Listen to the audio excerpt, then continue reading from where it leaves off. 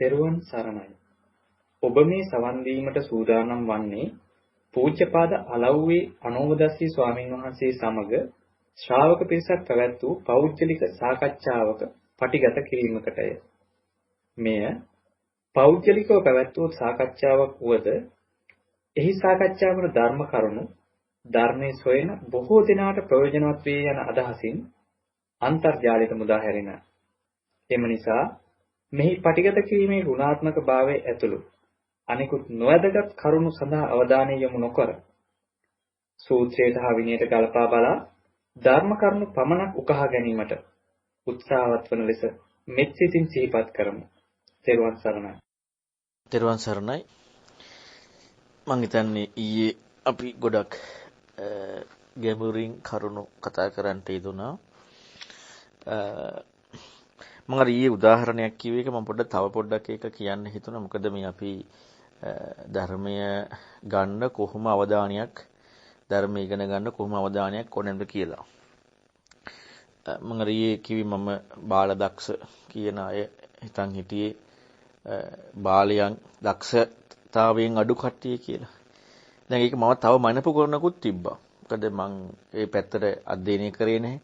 ඒකට ගියේ නැහැ. ඒක මොකද්ද කියලා මං හෙව්වේ නැහැ. හැබැයි මට පෙනිච්ච ටිකක් තිබුණා. මට පෙනිච්ච ටික තමයි මේ වගේ එකක්. ඉස්කෝලේ යන්නේ ඉගෙන ගන්න. වෙන දෙයකට නෙමෙයි. දැන් මම ගියේ ඒකට. ඒ කියන්නේ මට ඕනකම තිබ්බේ ඉස්කෝලේ ගිහිල්ලා ක්‍රීඩා කරන්න කැමති නෑ. අනිත් කිසි දෙයකට කැමති නෑ. මම ඕන ඉගෙන ගන්න.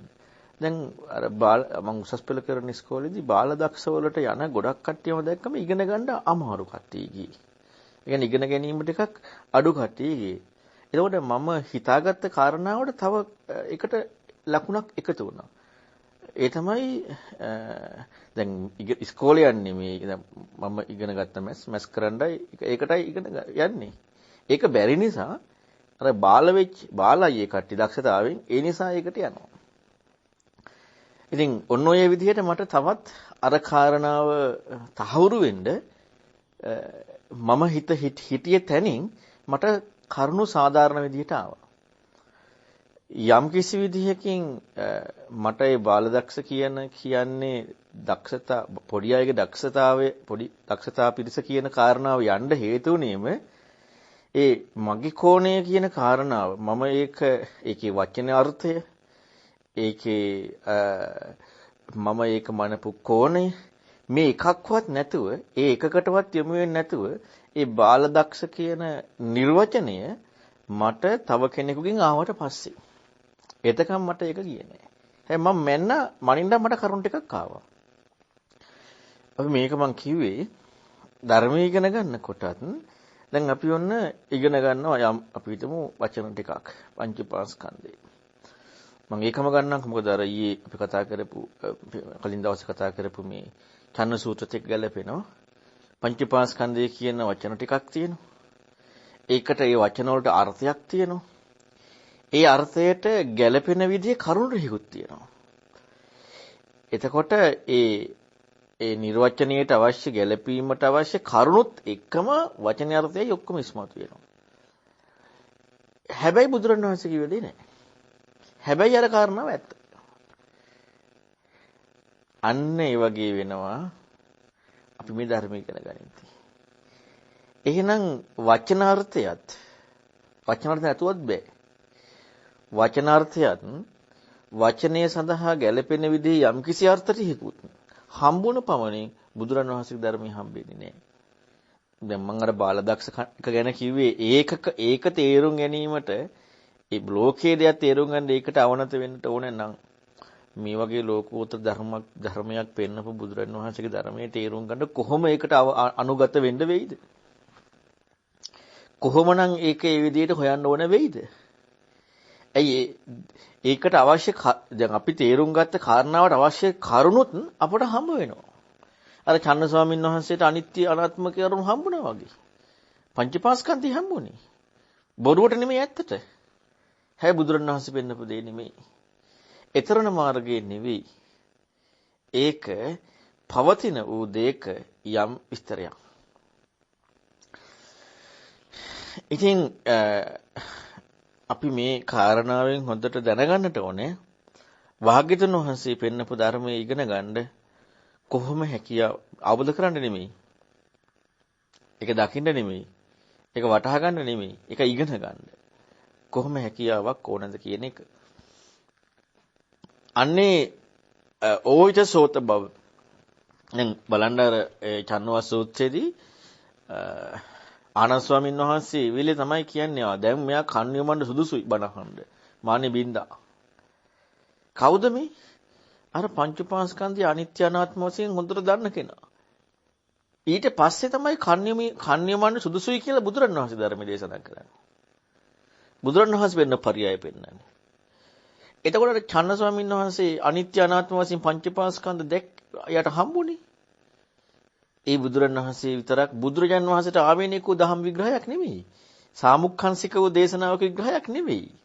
ඒ හම්බ වුණේ ලෝකේ විමුක්තිකාමී චින්තනයක් තියෙන කෙනෙකුට වටහා ගන්න පුළුවන් විග්‍රහයක්. බුදුරණවහන්සේට දාල එකක් නෙමෙයි. එතනදී බුදුරණවහන්සේ ධර්මය වදාළේ. එතකොට බුදුරණවහන්සේගේ ධර්මය කියලා කියන්නේ මේ තව එකක් නෙමෙයි. අන්න එකත් මතක තියාගන්නට ඕනේ. මෙහෙම වෙනම එකක් තියෙනවා ආයෙ තව එකක් තියෙනවා. තව එකක් නෙමෙයි. ඒ ලෝකේ පේන දේ ලෝකේ හම්බ වෙන විග්‍රහය දකින්න විදිහේ වෙනසක්.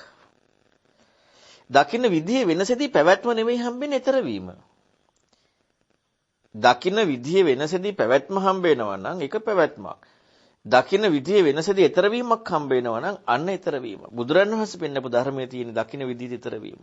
ඒකයි අපි කතා කරේ විමුක්ති සාරා සබ්බේ ධම්මා කියන එකත් පඤ්ඤුත්තරා සබ්බේ ධම්මා කියන එකත්. මේ කරුණු දෙක අපි හොඳට බලන්න ඕනේ. එතකොට අපි මේ කතා කරමින් හිටියේ මේ පස්සපච්චය වේදනා පිළිබඳව. ස්පර්ශය නිසා විදීම පිළිබඳව. මේකට තව මම කරුණු ටිකක් අපි තවත් මේ සම්බන්ධයෙන් අපි දැන් විදීම පිළිබඳව ඉගෙන ගන්න කරුණු මම හිතන්නේ අපි ඊයේ ගොඩක් ගැඹුරු පරයයවල් ටිකක් කතා කරන්න තියදුණා. දැන් අපි දන්නවා මේ බුදුරණවහන්සේ බ්‍රහ්මජාල සූත්‍රය තව ගොඩක් ඒවාක් පෙන්නනවා. පස්සපච්චය. පස්සපච්චය. එතකොට දැන් හොඳට හිතන්න මේ ස්පර්ශපත්තිය කියලා භාග්‍යතුන් වහන්සේ පෙන්නවා. එතකොට මේ බුදුරයන් වහන්සේ පෙන්නුවේ බුදුරයන් වහන්සේ ආර්ය වූ කෝණයට අදාළ විග්‍රහයක් ආර්ය කෝණයෙන් බලනකොට. එතකොට දෘෂ්ටිය, ඒ කියන්නේ විදීම දෘෂ්ටියක් වෙලානේ. ඒ ස්පර්ශපත්තියෙන් විදීමනේ තියෙන්නේ. ඒ කියන්නේ විදීම දෘෂ්ටියක් වෙලා. එතකොට මේ දෘෂ්ටිය තියෙනවා නම් තදවි පස්සපච්චය කියලා හම්බුණාට පැවැත්මක් නේද හම්බ වෙන්නේ. හොඳට හිතන්න.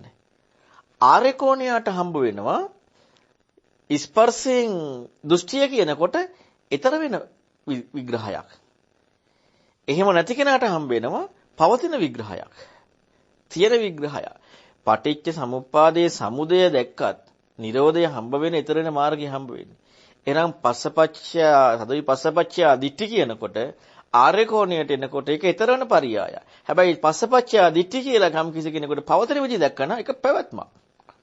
කෝණේ වෙනස්නේ.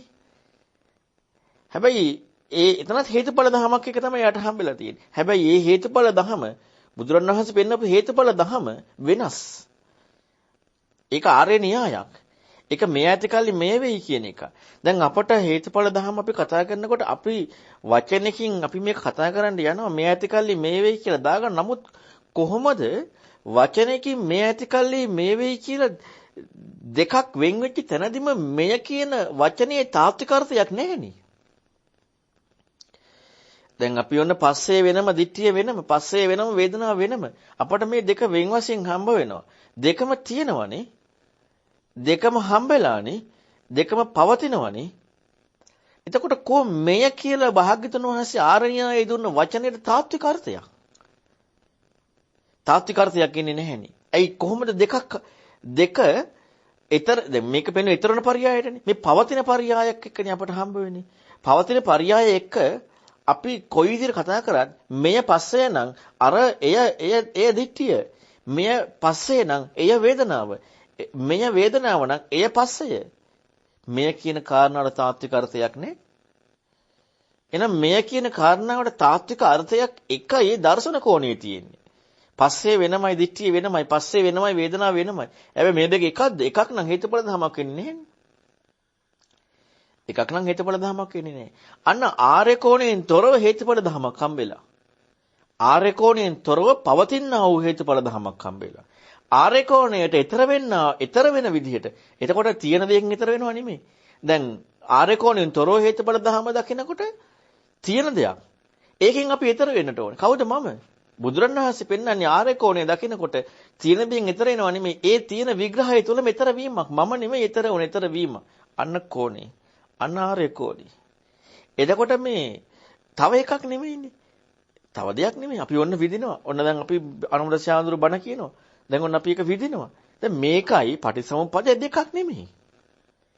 ආර්යයට ඒක ආර්යගේ කෝණයෙන් හම්බෙන ඊතර වීමක් පැවැත්මක් තියෙන විදිහ නෙමෙයි.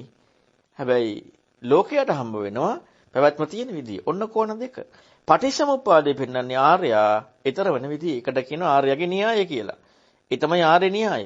ඒ තමයි ඉතිමස්මින් සති ඉදං හෝති ඉමස්ස උප්පාද ඉදං උප්පජ්ජති ඉමස්මින් හසති ඉදං හෝති ඉමස්ස නිරෝධා ඉදං නිරුජ්ජති කියන න්‍යාය.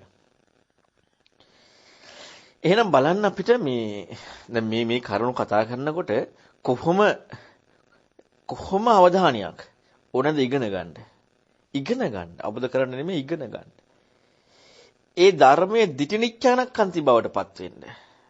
බුදුරණවහන්සේ පෙන්නපු දහම්පරියායේ දිටිනිච්ඡානක්ඛන්ති බවට පත්. දැන් අපි බ්‍රහ්මජාල සූත්‍රය ගත්තාම දැන් ඕන කෙනෙක් කතා කරන තදවිපස්සපච්චය. තදවිපස්ස හරි.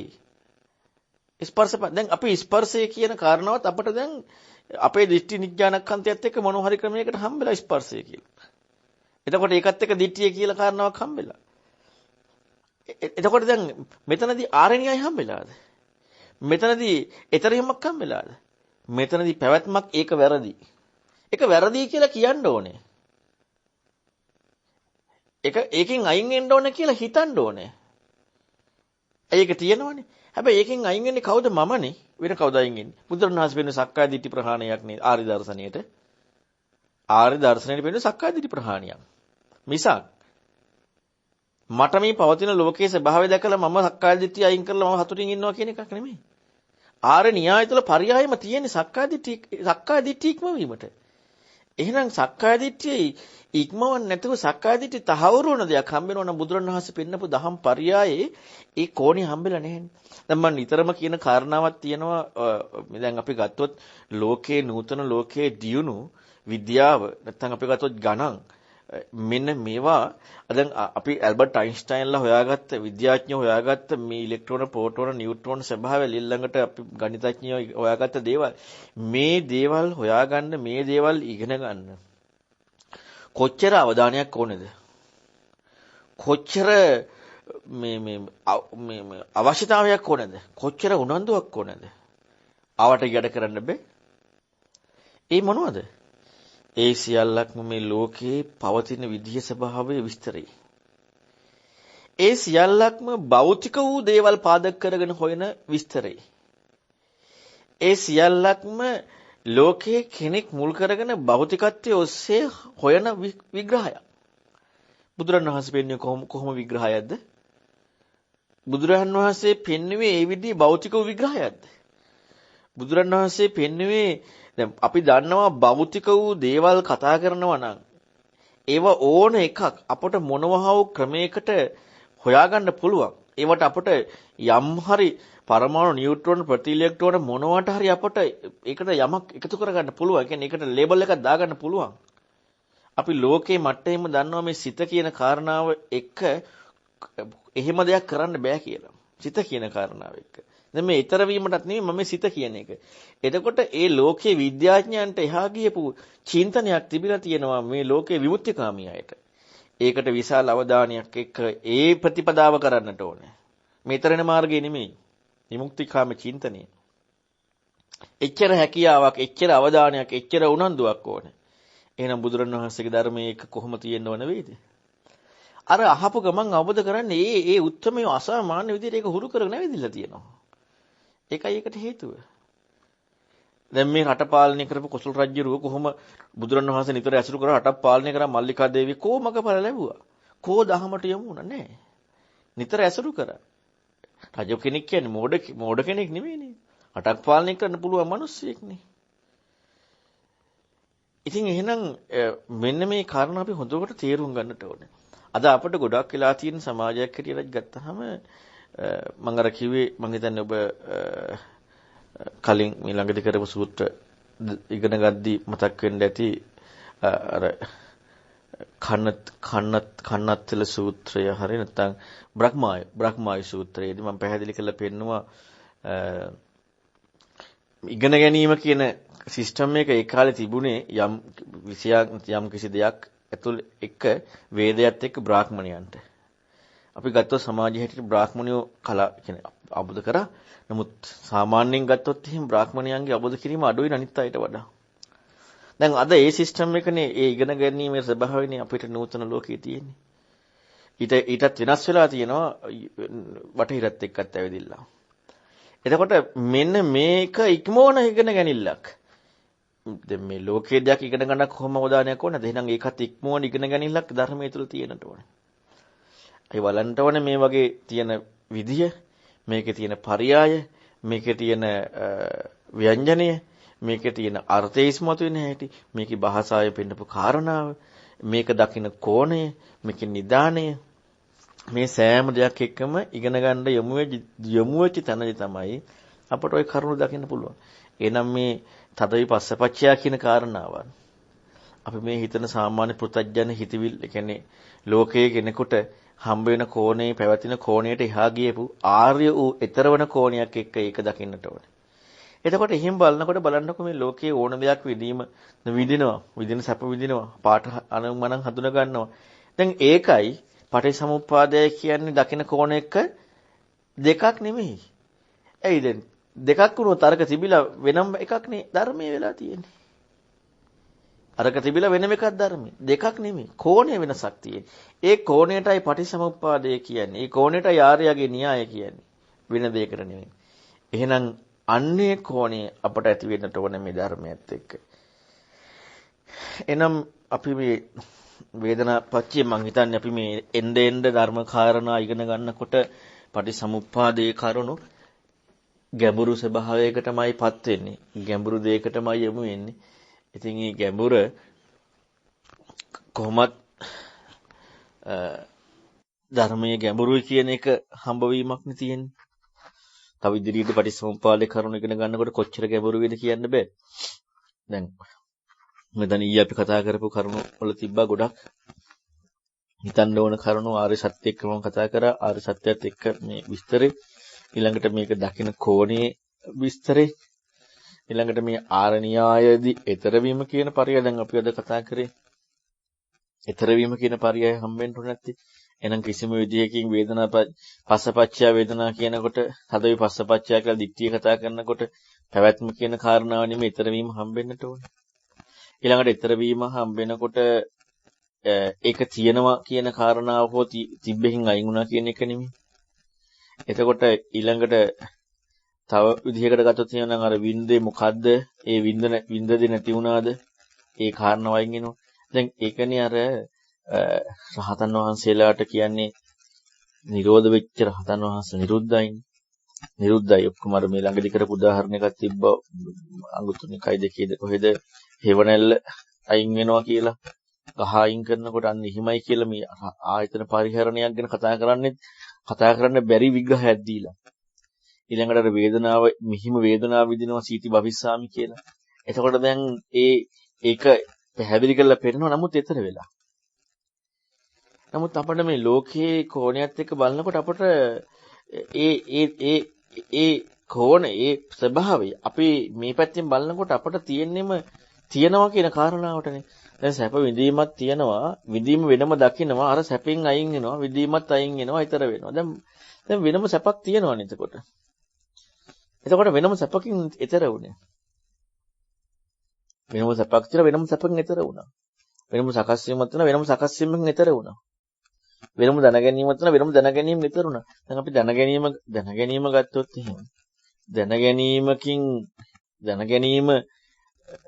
අනන්තයි කියලා ගන්නෙ ඇයි? දැනගැනීම අනන්තයි කියලා ගන්නෙ අනන්ත නිසා. දැනගැනීමක් විතරයි තියෙන්නේ. ඒක අනන්තයි. දැනගැනීමක් විතරයි තියෙන්නේ. දැනගැනීම අනන්තයි. එතකොට දැන ගැනීම අනන්තයි කියන්නේ දැන ගැනීම ගැන හම්බෙලානේ. හැබැයි දැන ගැනීමක් තියෙනවා. සකස් වීමක් තියෙනවා. දැන් සංස්කාර අනිත්‍යයි කියලා දකිනවනේ කවුද මේ අනිත්‍ය අනාත්මයි කියලා චන්න ස්වාමීන් වහන්සේ. පැවැත්මක්. ඊතර වීමක් නෙමෙයි. අන්න බුදුරණවහන්සේගේ කෝණේ ඊතර වීමක්. ඊතර වන විදියට එක. එහෙනම් ඒ ඊතර වන විදියට ඒ කාරණාවට අපි යමු වුණාම මාර්ගයේ විසින් සිදු වෙනවා කියන එක කොච්චර සාධාරණද? මාර්ගයෙන් සිද්ධ වෙන්නේ. එතකොට අර මම කියන තැනට භව්‍යත්වයක් ආරෝපණයක් නැහැ. අපි එහෙනම් ධර්මයේ දැන් බලන්න මේ විදිහට නිවැරදි ධර්මයේ කොච්චර ඉගෙනගත ප්‍රශ්නයක් තියෙනවද? ප්‍රශ්නයක් නෑ. ඇතුළත විචක්ෂණය කරන දෙයක්මයි හම්බ වෙන්නේ. එහෙම නැතුව ඉගෙන ගත්තාම අර ඒ දැනුම අපට තියෙන්නේ දැන් බුදුරණවහන්සේගේ දැනුම නෙමෙයිනේ. හොඳට හිතන්නකෝ ඒක. බුදුරණවහන්සේ ධර්මයේ ඉදිරි ඉගෙන ගත්තා නම් ඒක බාධාවත්ද? නෑ. බුදුරණවහන්සේගේ ධර්ම නැතුව ඉගෙන ගත්තාම බාධාවක්. සාමුක්ඛංශේ බුදුරුන්ට වමනක් ආවෙනික ධර්ම නැතුව ඉගෙන ගත්තාම ඒක බාධාවක් වෙනවා. ඒක බාධාවක් වෙන්නේ ඒක බුදුරණවහන්සේ කියලා තමන් දාන නිසානේ. පටිසම්පාද ගැන පංචපාස්කන්ධ ඒව බුදුරණවහන්සේ මහෝපවචන නෙමෙයිනේ. ඒවා ලෝකේ විවහාර තාත්වික අර්ථ තියෙනවනේ. පටිසම්පාදේ පංචපාස්කන්ධ ධාතු ආයතන ස්කන්ධ බොජ්ජංග මේවා තියෙනවනේ. ඒතකොට මේවා ඉගෙන ගත්තනේ.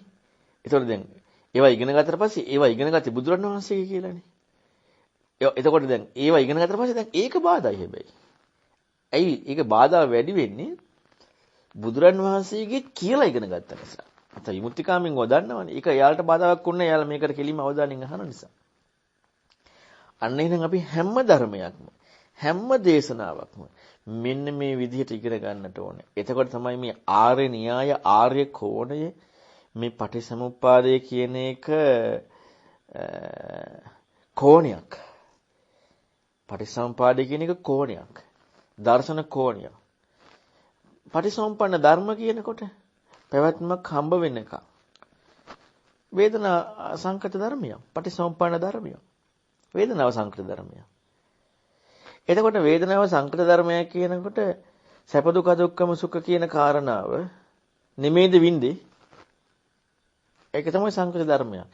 වින්ද දේ කියන එක නෙමෙයිනේ වේදනාව සංකත ධර්මයක්. හැබැයි වේදනාව විඳිනවා දැන්. සැප විඳිනවා දැන්. ඊතර වෙලා නැහැ විඳිනවා. ඊතර වෙලා නැහැ විඳිනවා. ඊතර වෙලා නැහැ සකස් වෙනවා. ඊතර වෙලා නැහැ දැනගන්නවා. ආර්ය දර්ශනියට එනකොට උපාද වය හම්බ වෙලාද ඊතර වෙනවා. ආර්ය න්‍යාය කියන්නේ ඊතර වෙනවා. හම්බ වෙලාද නෑ ඊතර වෙනවා. හැබැයි සංකතයට තියෙන ආර්යයට දකින්න ලක්ෂණයක් තියෙනවා. සංකතේ ලක්ෂණ තුනක් තියෙනවා ආර්යයට දකින්න කොහොනේදී? ආර්ය දකින්නේ සංකතේ ওই ලක්ෂණ ටික.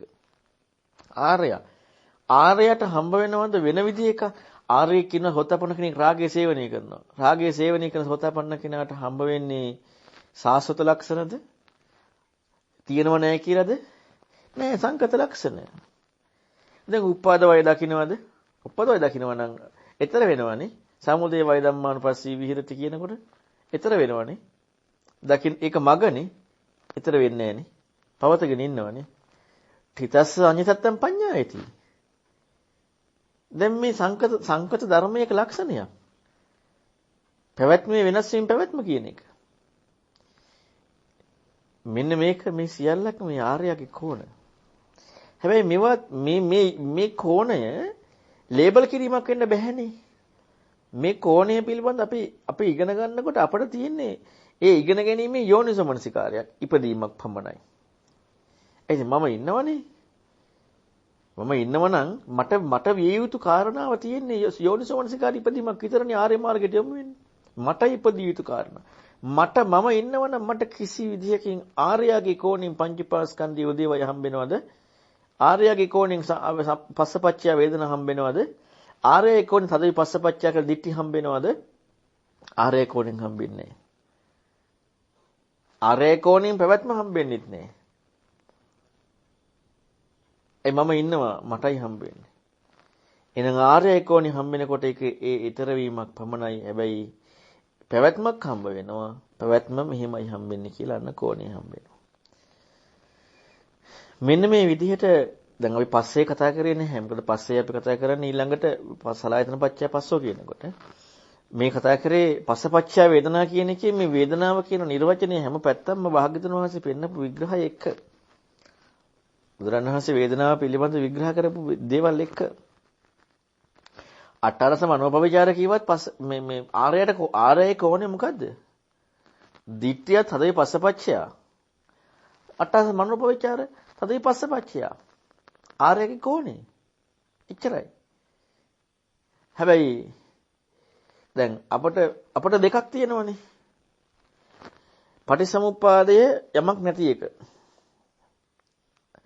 ඒක නැතුව වෙන එකක් තියෙන එක. මොකද්ද වෙන්නේ? පටිසමුපාදයේ දෙයක් වෙලා තියෙනවා. තියෙන උදෙන් ඊතරවන්න.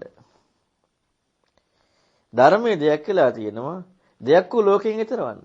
ඒක නෙවෙන්නේ. අපි හිතන්නේ නැහැ. නමුත් හැඟීම. ඒකයි මඤ්ඤණාව කියන්නේ. ඒකයි දිට්ඨිය කියන්නේ. මෙන්න මේක අපි හොඳට හිතන්න ඕනේ. මේවා අපි හිතනකොට මේව තමයි හිතන්න එන්න ඕනේ නැත්තේ. මේව තමයි අපි මේකේ මේ පෙනිච්ච නැති දේවල් බලන්නට ඕනේ. පෙනිච්ච නැති දේවල් තියෙනවා. විවර නොවෙච්ච ඒක භාග්‍යතුන් වහන්සේ පෙන්වන්නේ විවර නොවෙච්ච අර්ථ ඉවර කරගන්න. ඉස්මතු නොවෙච්ච අර්ථ ඉස්මතු කරගන්න. දැන් මේ එකම වචන, එකම අර්ථය, එකම විග්‍රහය. ඉතින් කොහොමද ඉස්මතු නොවෙච්ච දෙයක් වෙන්නේ? දැන් මේ ඉස්මතු නොවෙච්ච දෙයක් කතා කරන්නේ කාටද? පාලි භාෂාව හොඳට දන්න සොකීය භාෂාව වෙච්ච විමුක්තිකාමී චින්තනයක් තියෙන ඊළඟට විමුක්තිකාමී චින්තනයේ තාත්වික වූ අර්ථ සහිත භාෂාව භාවිතා කරන මහාන වෙච්ච මහාන වෙලා පිළිවෙත් පුරන බුදුරණවහන්සේගේ ශ්‍රාවකත්වයට සඳහා යොමු වෙච්ච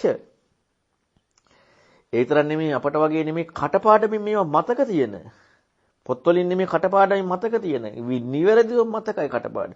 එහෙම අයටයි විවර නොවෙච්ච අර්ථය ඉවර කරගන්නට සාකච්ඡාව. ඒක ඉවර කරගන්න සාකච්ඡා එහෙම අයට. ඒ විදිහේ නිරවුල් භාවයක් තියෙන තැනදී ඉවර නොවෙච්ච දේ ඉවර කර. වෙන වචන එකකින් නෙමෙයි ඉවර වෙන්නේ. ඒ තියෙන ටිකමයි. දැන් බුදුරජාණන් වහන්සේ ධම්මචක්ක දේශනා කර මාසයක් 30 අනත්ත ලක්ෂණ දේශනා කරන කලින් මේ වප්පබද්දී මහානා මස්සජි සෝතාපන්නුනේ ධම්මචක්ක දේශනා කළා. මේ මහමග්ගපාලිය හම්බුනේ. සාමුක්ඛංශික දේශනේ ආර්ය සත්‍ය. අලුත් දෙයක්ද? නෑ අලුත් දෙයක් නෑ. පෙනෙච්ච නැති දේවල් තියෙනවා. අපි ගන්න දෘෂ්ටි තියෙනවා. අපි අහුවෙන දේවල් තියෙනවා. මෙන්න මේව තමයි ඉවර කර පෙන්නන්නේ. ඒක ඉවර කර පේනීම ඉස්මතු වෙන්නේ ඒ අඳුරු පටලය අයින් වෙන්නට ඕනේ. ඒ අඳුරු පටලයක් කියන කාරණාව ඉස්මතු වෙන්නට ඕනේ. නැත්තම් අයින් වෙන්නේ නැහැ. නැත්තම් බුදුරණවහන්සේට කියලා දෙන්න තිබ්බනේ ධම්මචක්කේ තවත් වෙන විග්‍රහයක් කරලා. ධම්මචක්කේ දුන්නා ඒ සියලු දෙනාට අදාළයි. හැබැයි නුවණ ටික ටික මුහුපුරා යන නඩු කෙනාගේ. එතකොට තමයි අර වැහිලා තියෙන පටලය ඇරෙන්න පුළුවන්කම තියෙන්නේ. ඒක පිට විස්තරයක් විතර නෙමෙයි ඇතුළ දියුණුවක් එක්ක. අපිට මේ දෙක අමතක වෙනවා. ඇතුළ දියුණුවයි පිට විස්තරයයි මේ දෙකක් හැටියට නෙමෙයි යන්නේ. ඒකයි යෝනිසෝ මනසිකාර සද්ධර්ම ශ්‍රවණය කියන බාහිර අංගේ සද්ධර්ම ශ්‍රවණය යෝනිසෝ මනසිකාර මේක උපදින්නේ. මේ දෙකම එකට උපදිනවා. එහෙම නැතුනොත් මොකද්ද වෙන්නේ? ධර්ම ඉගෙන ගන්න ආකාර පරිවිතක් ඉදිරිනිච්ඡානක්කන්ති. අර විදියට නෙමෙයි ඉගෙන ගන්න. එහෙම වුණොත් ඊතර වීම ප්‍රතිපදාවක් හම්බෙන්නේ නැහැ.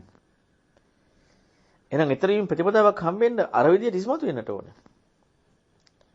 එහෙම ඉස්මතු වුණාට පස්සේ තමයි මේ දහම් පරියාය ප්‍රායෝගික වෙන්නේ. ඉතින් ඒ නිසා මම හිතන්නේ අපි ගොඩක් කතා කරා පස්සපච්චය වේදනා කියන කරුණේදී අපි වේදනාව ගැනමයි ඉස්මතු කරලා පෙන්නේ. දැන් ධර්ම සාකච්ඡා කරනකොට තව අපි ඒ සාකච්ඡාව ඔබ ප්‍රශ්න අහන්න ඊයේ එකත් ඇතුළත් කරගෙන එතකොට තවත් මේක ඉදිරියට කතා කරන්න පුළුවන් පස්සපච්චය වේදනා අදින් කතා කරලා ඉවර කරනවා. ඉතින් ඒ නිසා තියෙන ප්‍රශ්න කාලය අපත යවන්න නැතුව ප්‍රශ්න අහන්න. හොඳයි තෙරුවන් සරණයි. තෙරුවන් සරණයි ස්වාමීන් වහන්සේ. ඊයේ සාකච්ඡාවත් අපි සම්බන්ධ කරගත්තොත් අර ඊයේ චතුරාර්ය සත්‍ය පිළිබඳ වහන්සේ ලස්සන විවරණයක් කරා මේ අපි අර ෆෝන් එක මේසේ පුටුව වගේ අපිට මේ ජරා මරණ ලෙඩවීම මේ ඔක්කොම හම්බ වෙනවා. ඒකේ සම්පින්ඩනයක් විදිහට පංච උපාදානස්කන්ධය. ඒතර පංච උපාදානස්කන්ධය එදා ඉන්දියාවේ විමුක්තිකාමීන්ගේ තවත් දෙයක්. දැන් අර ලස්සනට මට හැටියට ජනිත ප්‍රශ්නයක් මතු කරා. මේක මේ විදිහටම ගැනීම නෙමෙයි ඥානය. චතුරාර්ය සත්‍ය පිළිබඳව පිරිසිඳ දැන් දුක පිරිසිඳ දැකීම. එතනයි සත්‍ය ඥානය තියෙන්නේ කියන්නේ. දැන් එතකොට එතන වේදනාව පිරිසිඳ දැක්කොත් තමයි එතන සත්‍ය ඥානය ඇති වෙන්නේ. ඒක අපි පටිච්චසමුප්පාදයේ පැත්තට ගත්තොත් පටිච්චසමුප්පාදයේ තියෙන වේදනාව ස්පර්ශය ප්‍රත්‍යයෙන් විඳීම. ඒ කියන්නේ මේ භවය නෝ දෙකක තියෙන සම්බන්ධකම. ඒ කෝණයෙන් අහුනොත් අර ඥානය ලැබෙනවා. ඒ විදිහේ අදහසක් නේද ස්වාමීන් වහන්සේ අපි තේරුම් ගන්න ඕන. වහන්සේ පොඩ්ඩක් විග්‍රහ කරන්න හොඳයි ඒක. තෙරුවන් සරණයි. ඔය ඥානීය හම්බ වෙනවා කියනකොට ඇත්තටම අර මේකයි කියලා පැනවීමක් දැන් ඥාන කීයක දේවල් තියෙනවනේ. දැන් ලෝකේ ඥාන කියනකොට ඒ වචන තුලින්ම කියවිලා ඉවරයි යමක් එක්කනේ දීලා තියෙන්නේ. ලෝකේ ඥාන කියනකොට ලෝකේ පුබ්බේ නිවාසානුසල චුතුපපාත තව මොනවා හරි ඥාන ඔක්කොම තියෙනකොට ඒක යමක් එක්ක. දැන් මේ ඥානෙ කතා කරන්නේ තව විශේෂණ පදයක් ඉස්සරහට දාලානේ. ඒ තමයි ලෝකෝත්තර ඥානය කියලා. ලෝකෝත්තරත් එක්කනේ මේක තියෙන්නේ. එතකොට දැන් ලෝකයේ තුල ඥානයක් නම් ඒකට දෙන්න පුළුවන්. මේකක තමයි මේකයි කියලා ඥානයක් දෙන්න පුළුවන්. තව දෙයක් එකට නිර්වචනය කරන්න පුළුවන්. දැන් අර මම අනුකල්පනේ උදාහරණය අරන් පැහැදිලි කරෙත් ඒ වගේ එකක් නේ. හැබැයි ඊට එහා කියපු එක.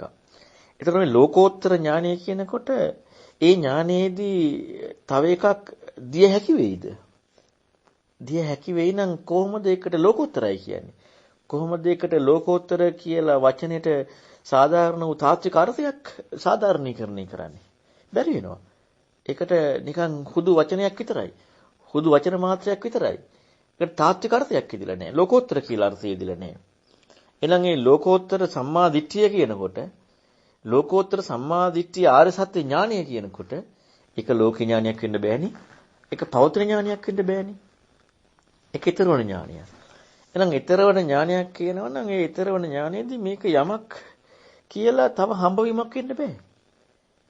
ඊතරවීමක් ඉස්මතු වෙන්නේ. එහෙනම් දැන් අපට යම් කිසි දෙයක් හම්බ වෙනවා නම් ඒ හම්බවීම තුළදී යෙදෙන්නේ ඒ හම්බවීම තුළදී ඉස්මතු වෙන්නේ යෝනිසමනසිකාරයක් කරන්න හැරෙන්න වෙන එකක් නෙමෙයිනේ. එහෙනම් ඒ යෝනිසමනසිකාරයක් කරන්න ඕන විදියට හම්බ වෙන්නට ඕනේ. යෝනිසමනසිකාරය කරන්නේ මෙහෙමයි කියලා ඇඟිල්ලෙන් ඇනවෙන්නේ නැති විදිහට පෙන්නපු විග්‍රහයේදී යෝනිසමනසිකාරය කිවිය යුතු විදිහට හම්බ වෙනවා. අන්න එතනයි බුද්ධ වචනේ ඇහෙන්නේ. එතන බුද්ධ වචනේ ඇහෙනවා. එතකම් බුද්ධ වචනේ ඇහෙන්නේ නැහැ. අපට වෙනම ඇඟිල්ලකින් අනින්න ඕනේ ඔක යෝනිසමනසිකාරය කළ යුතුයි. නැත්නම් ඔක ඊට එහා දෙයක්. නැත්නම් ඔක වැරදි කියලා වෙන විදිහෙන් එහෙම කියපු ගමන් අපට අර ලෝකයේ තියෙන දෙයක් හම්බෙලා. අර බුදුරජාණන් වහන්සේලා පමණක් ආවෙනික විග්‍රහයේදී මේ පෙන්නපුත් යන ධ්‍යාන ඥානය. ඒ ඥානය එන්නේ අන්න මේ භාග්‍යතුන් වහන්සේ පෙන්න පරයයත් එක්කමයි. මේක හම්බෙන දෙයක් හැටියට නෙමෙයි එන්නේ. ඥානයක් හැටියට. ඥානීය අයිතිත්වයක් හැටියට නෙමෙයි. අයිතිත්වයක් හැටියට කතා කරොත් ලෝකේ පැවැත්ම. ඒක ලෝකේ දැන් කතා කරන්න වෙනවා ලෝකේ ඉන්න කෙනාට. ඒක කතා කරලා පෙන්නන්නේ ඊතරන මගේ හැටියට නෙමෙයි මේ ලෝකේ ඉන්න කෙනෙකුටනේ මේ කෙනාගේ ස්වභාවය මේකයි කියලා පෙන්නන්නේ. අන්න ඒ විදිහට ඥානය කතා කරන්න වෙනවා. ඉතින් ඒ නිසා ඥානය කියලා කියන්නේ හම්බ වෙන දෙයක ඥානයක් නෙමෙයි. ඇත්තටම ආර්ය න්‍යායත් එක්ක හටගන්න අරියාය නිබ්බේධිකාය ඥාන. ආර්ය නිබ්බේධික ඥානය නුවණ. චතුරාර්ය සත්‍ය පිළිබඳව තියෙන නුවණ. එහෙනම් ඒ නුවණ අපි මේ සැහැල්ලුවට ගන්නවට වඩා කොච්චර ගහම්බීර බවක් තියෙනවද? ඒ ගහම්බීර අර්ථයක් වෙන්න පුත්තමයාගේ අදහස කොච්චර ගහම්බීරයි. ඉතින් ඒ නිසා අන්නේ වගේ අපිට මේ ඊතර වෙන ප්‍රතිපදාව ඉස්මතු වෙන්නට ඕනේ ඥානියත් එක්ක. ත්‍රිවංශ සරණයි.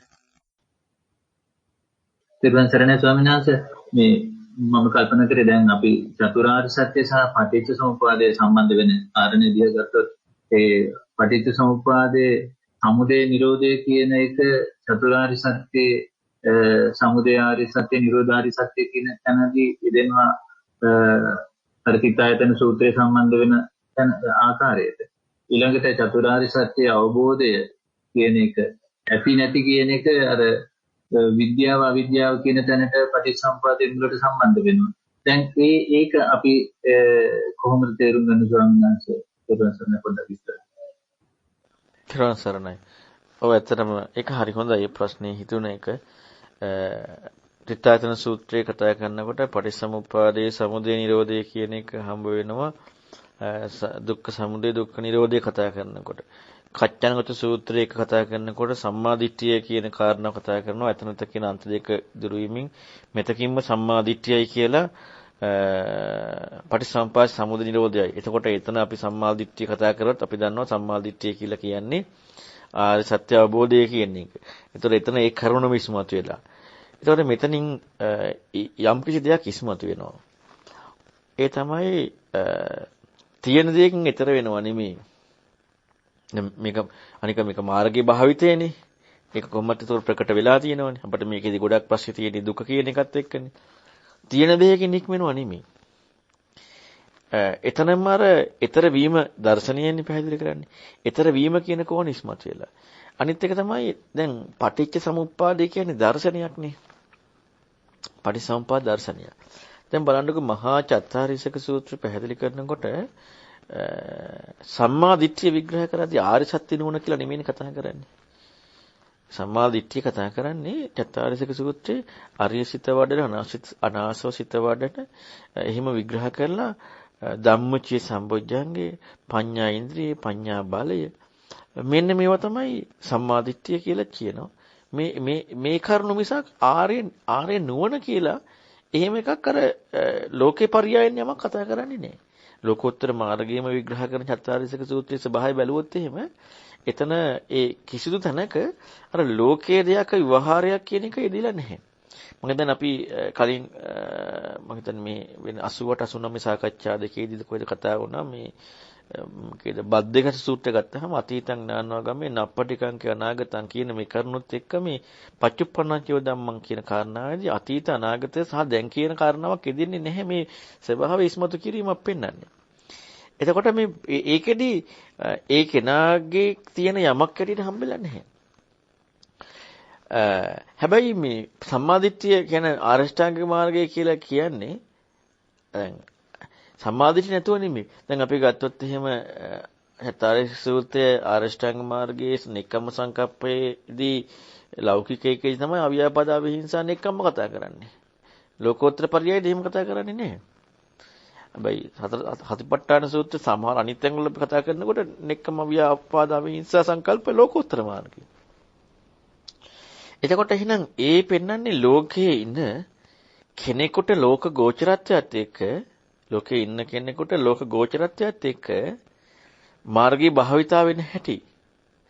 අතනදි පෙන්වන්නේ ආර්ය දර්ශනේ දැක්ම. දැන් ආර්ය න්‍යාය පටිසම්පාද කියන්නේ දැක්මක්නේ. එතකින්ම සම්මාදිට්ඨියයි. ඊමස්සති ඉඳන් හොති මේ අතනත කියන අන්ත දුරු වීමේ දර්ශන කෝණේ. හැබැයි දර්ශන කෝණී භාවිතය කියනකොට ඊතරණ ප්‍රතිපදාවක් ඉන්නවා කියන කාරණාව තිතස්ස කියන කාරණාවක් තිතියක් කියන කාරණාව නෙමෙයි. දැන් අපි දන්නවා හතිපට්ඨානිය වුණත් ඊළඟට උද්‍යත්ත ගාමිනී ප්‍රඥාව කියන හැමතැනම පැහැදිලි කරන්නේ උදේවය සමුදයස්තංගමේ මිසක් තිතියක් කතා කරන්නේ නැහැ නේ කොතනකවත්. ප්‍රඥා භාවිතය කියනකොට ප්‍රඥා භාවිතය මොකද්ද ප්‍රඥාව? එක තැනක් කතා කරනවා ආර්ය සත්‍ය නුවණ කියලා. තව තැනක් කතා කරනකොට ආර්ය සත්‍ය නුවණ කියන තු උද්‍යත්තගාමී ප්‍රඥා. එතන කතා කරන්නේ නැහැ තිතියක් මොකක්වත් එහෙම එකක් නැහැ. සංකතේ ලක්ෂණේ නම් තිතියක් තියෙනවා. එතකොට ලෝකේ ඉන්න කෙනෙකුට පැවැත්මක් තියෙනවා. ඒකත් එක්කත් ඒ කෝණෙමයි, ඒ නුවණමයි. හැබැයි ඉන්නා වූ ස්වභාවයක් එකකින් සංකතේ ලක්ෂණ තුනක් තියෙන්නේ. දෙකක් නෙමෙයිනේ තියෙන තුනක් තියෙනවා. මාර්ගයේ භාවිතා වෙනකොට මේක දෙකක් නෙමෙයි හැබැයි. ඉන්න කෙනෙක් මාර්ගය භාවිතා කරනවා නෙමෙයි. ඉන්න කෙනෙක් ආය වේලාවක මාර්ගය භාවිතා කරනවා. ඒ කෝණේ දාන්න වෙන්නේ ලෝක පරියයත් එක්ක කාලයක් දාලා නිදාන්න වෙන්නේ. ලෝකයට කියලා දෙනනේ දාන්න වෙන්නේ. එතකොට මේ ඒක ලෝකයට ඉස්මතු කරලා පෙන්නන්නේ. දැන් ආර්ය කෝණයට එහෙම ආර්ය ස්වභාවය ඉන්න කෙනාට එහෙම එකක් අදාළ නැහැ. කොහොමද සංකතේ ලක්ෂණي දකින්නේ? ඒතර සංකතේ ලක්ෂණේ උපාද වය තිතසඤ්ඤ සත්තම් පඤ්ඤායති. එහෙනම් දුක්ඛාර සත්‍ය විග්‍රහ කරනකොට දැන් දුකේදී එකයි අපි පුන පැහැදිලි කරලා පෙන්වුවේ දුක විග්‍රහ කරලා පෙන්නකොට ඒ සෑම දෙයකදීම මේ ලෝකයේ කරුණක් එක්ක විමුක්තිකාමී අයගේ පංචපාස්කන්ධ කියලා හම්බෙලා. අනිත් අයට ලෝකේ තව විදියකට හම්බ වෙලා.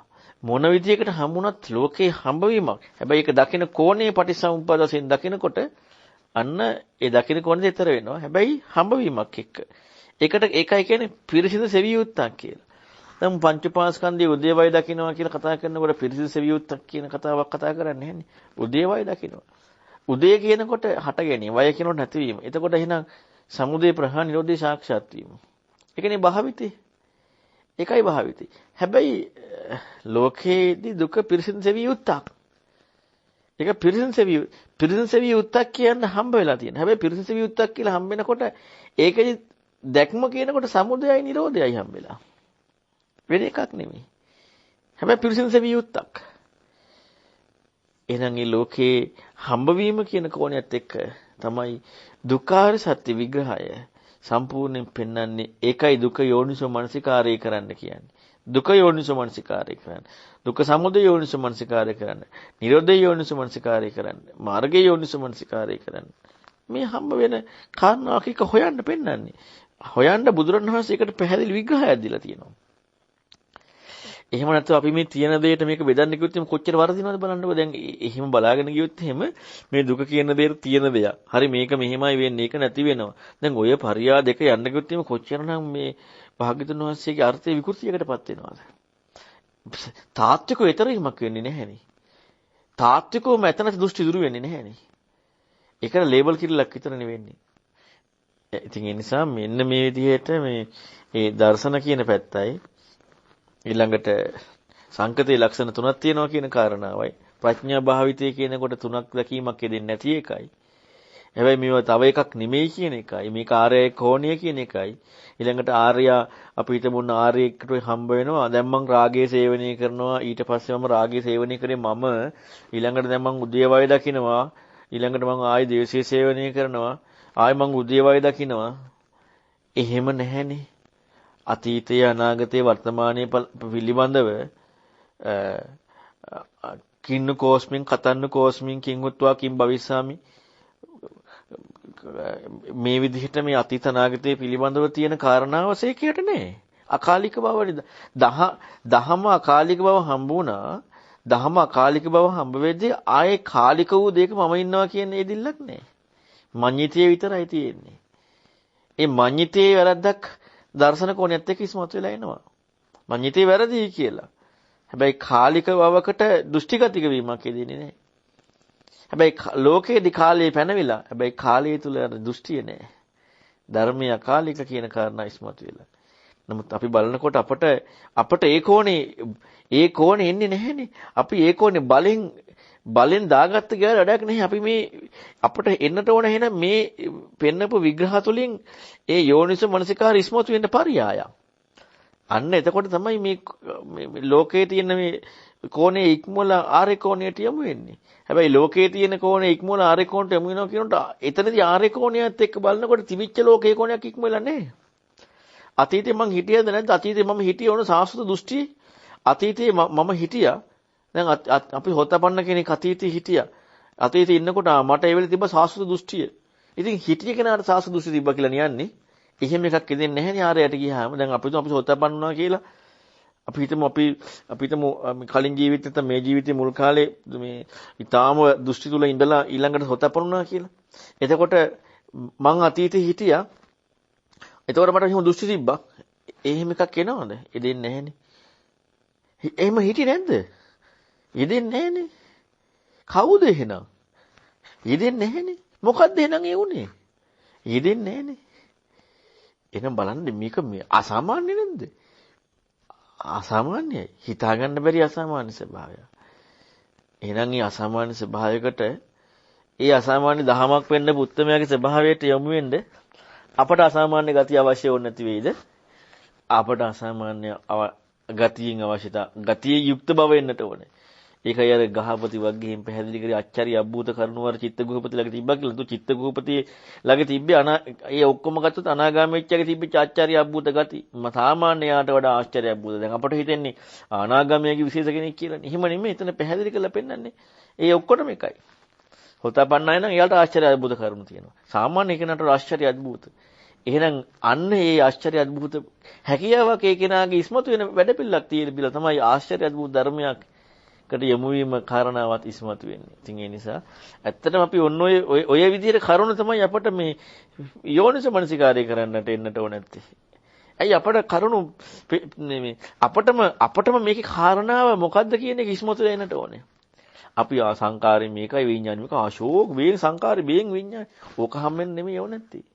අපට ඕන නැත්තේ මෙන්න මේ ඕක හම්බෙන්නේ නැහනේ. හම්බෙන්න හොතපන්නයිනේ. හම්බෙනව නම් ඊතර වෙලානේ. හිතරන හම්බෙලත් නැහනේ. ඊතරන හම්බෙලත් නැහනේ. එහෙනම් ඒ දෙන්නට ඕන නැත්තේ ඔන්න ඔය විදිහට යෝනිසෝ මනසිකාරයට ඕන ධර්මයේ හම්බෙන්න ඕන. ධර්මයේදී යෝනිසෝ මනසිකාරය මිසක් සංකාරය හම්බෙනවා, විඥානය හම්බෙනවා, නාම රූපය හම්බෙනවා, මේක හම්බෙනවා, ස්පර්ශය. එහෙම එකක් නෑ. යෝනිසෝ මනසිකාරය උපදී. ඒකටයි මේ ධර්මයේ තියෙන්නේ. අපට ඕක මුලින් ඉඳලාම අපිට මතක තියාගන්න හිටියොත් එහෙම අපි හැම වෙලෙම කැමති ඔය කෝණෙ යොමු කරලා ධර්මයේ බලන්න.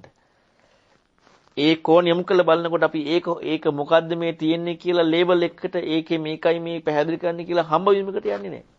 ඔය විදිහට යෝනිසෝ මනසිකාරට අවශ්‍ය කරුණුමයි අපට ඉස්මතු වෙවි එන්නේ. ඒකයි සැබෑම ධර්මයේ ඉගෙන ගැනීම කියන කාරණාව බාහිරින් සිදුවීමත් ආධ්‍යාත්මිකයෙන් යෝනිසෝ මනසිකාරය ඉපදීමක් කියන්නේ. ත්‍රිවන් සරණයි. ත්‍රිවන් සරණයි සමේ දැන් අර පරිසම්පාදන දහම කියනවා ඊට පස්සේ දහම දකින්න බුදුන් දකින්න කියලා කියනවනේ දැන්. එතකොට දැන් ප්‍රසපත්තියෙන් වේදනාව කියලා දකිද්දී දහම දකින්නවා නම් මුදුන් දකින්නවා කියන එක නේ කියන්නේ. දැන් ප්‍රසපත්තියෙන් වේදනාව හම්බෙනවා නම් කියන්නේ ප්‍රඥාවට හම්බෙලා ඉක්මීමක්, ඊතර වීමක් සිද්ධ නොවි හම්බෙනවා නම් අවිද්‍යාවටමනේ වෙන අවිද්‍යාවගේම ප්‍රවැත්මක් මෙතන කතා කරන්නේ. එතකොට කියන්නේ දකින්නවා කියන එක නෙමෙයි. එතකොට බුදුන් නෙමෙයි හම්බෙලා තියෙන්නේ, පස්සේ හම්බෙලා තියෙන්නේ. එතකොට අර මේ ධර්මයේ බුදුන් ඊතර වීම මේවා හම්බෙන මේ කියන එක සිද්ධ වෙනව නෙමෙයි. තාම අනවබෝධයෙන්ම මයි කියන එක පොඩ්ඩක් හිතන්න අපිට පුළුවන් නිසා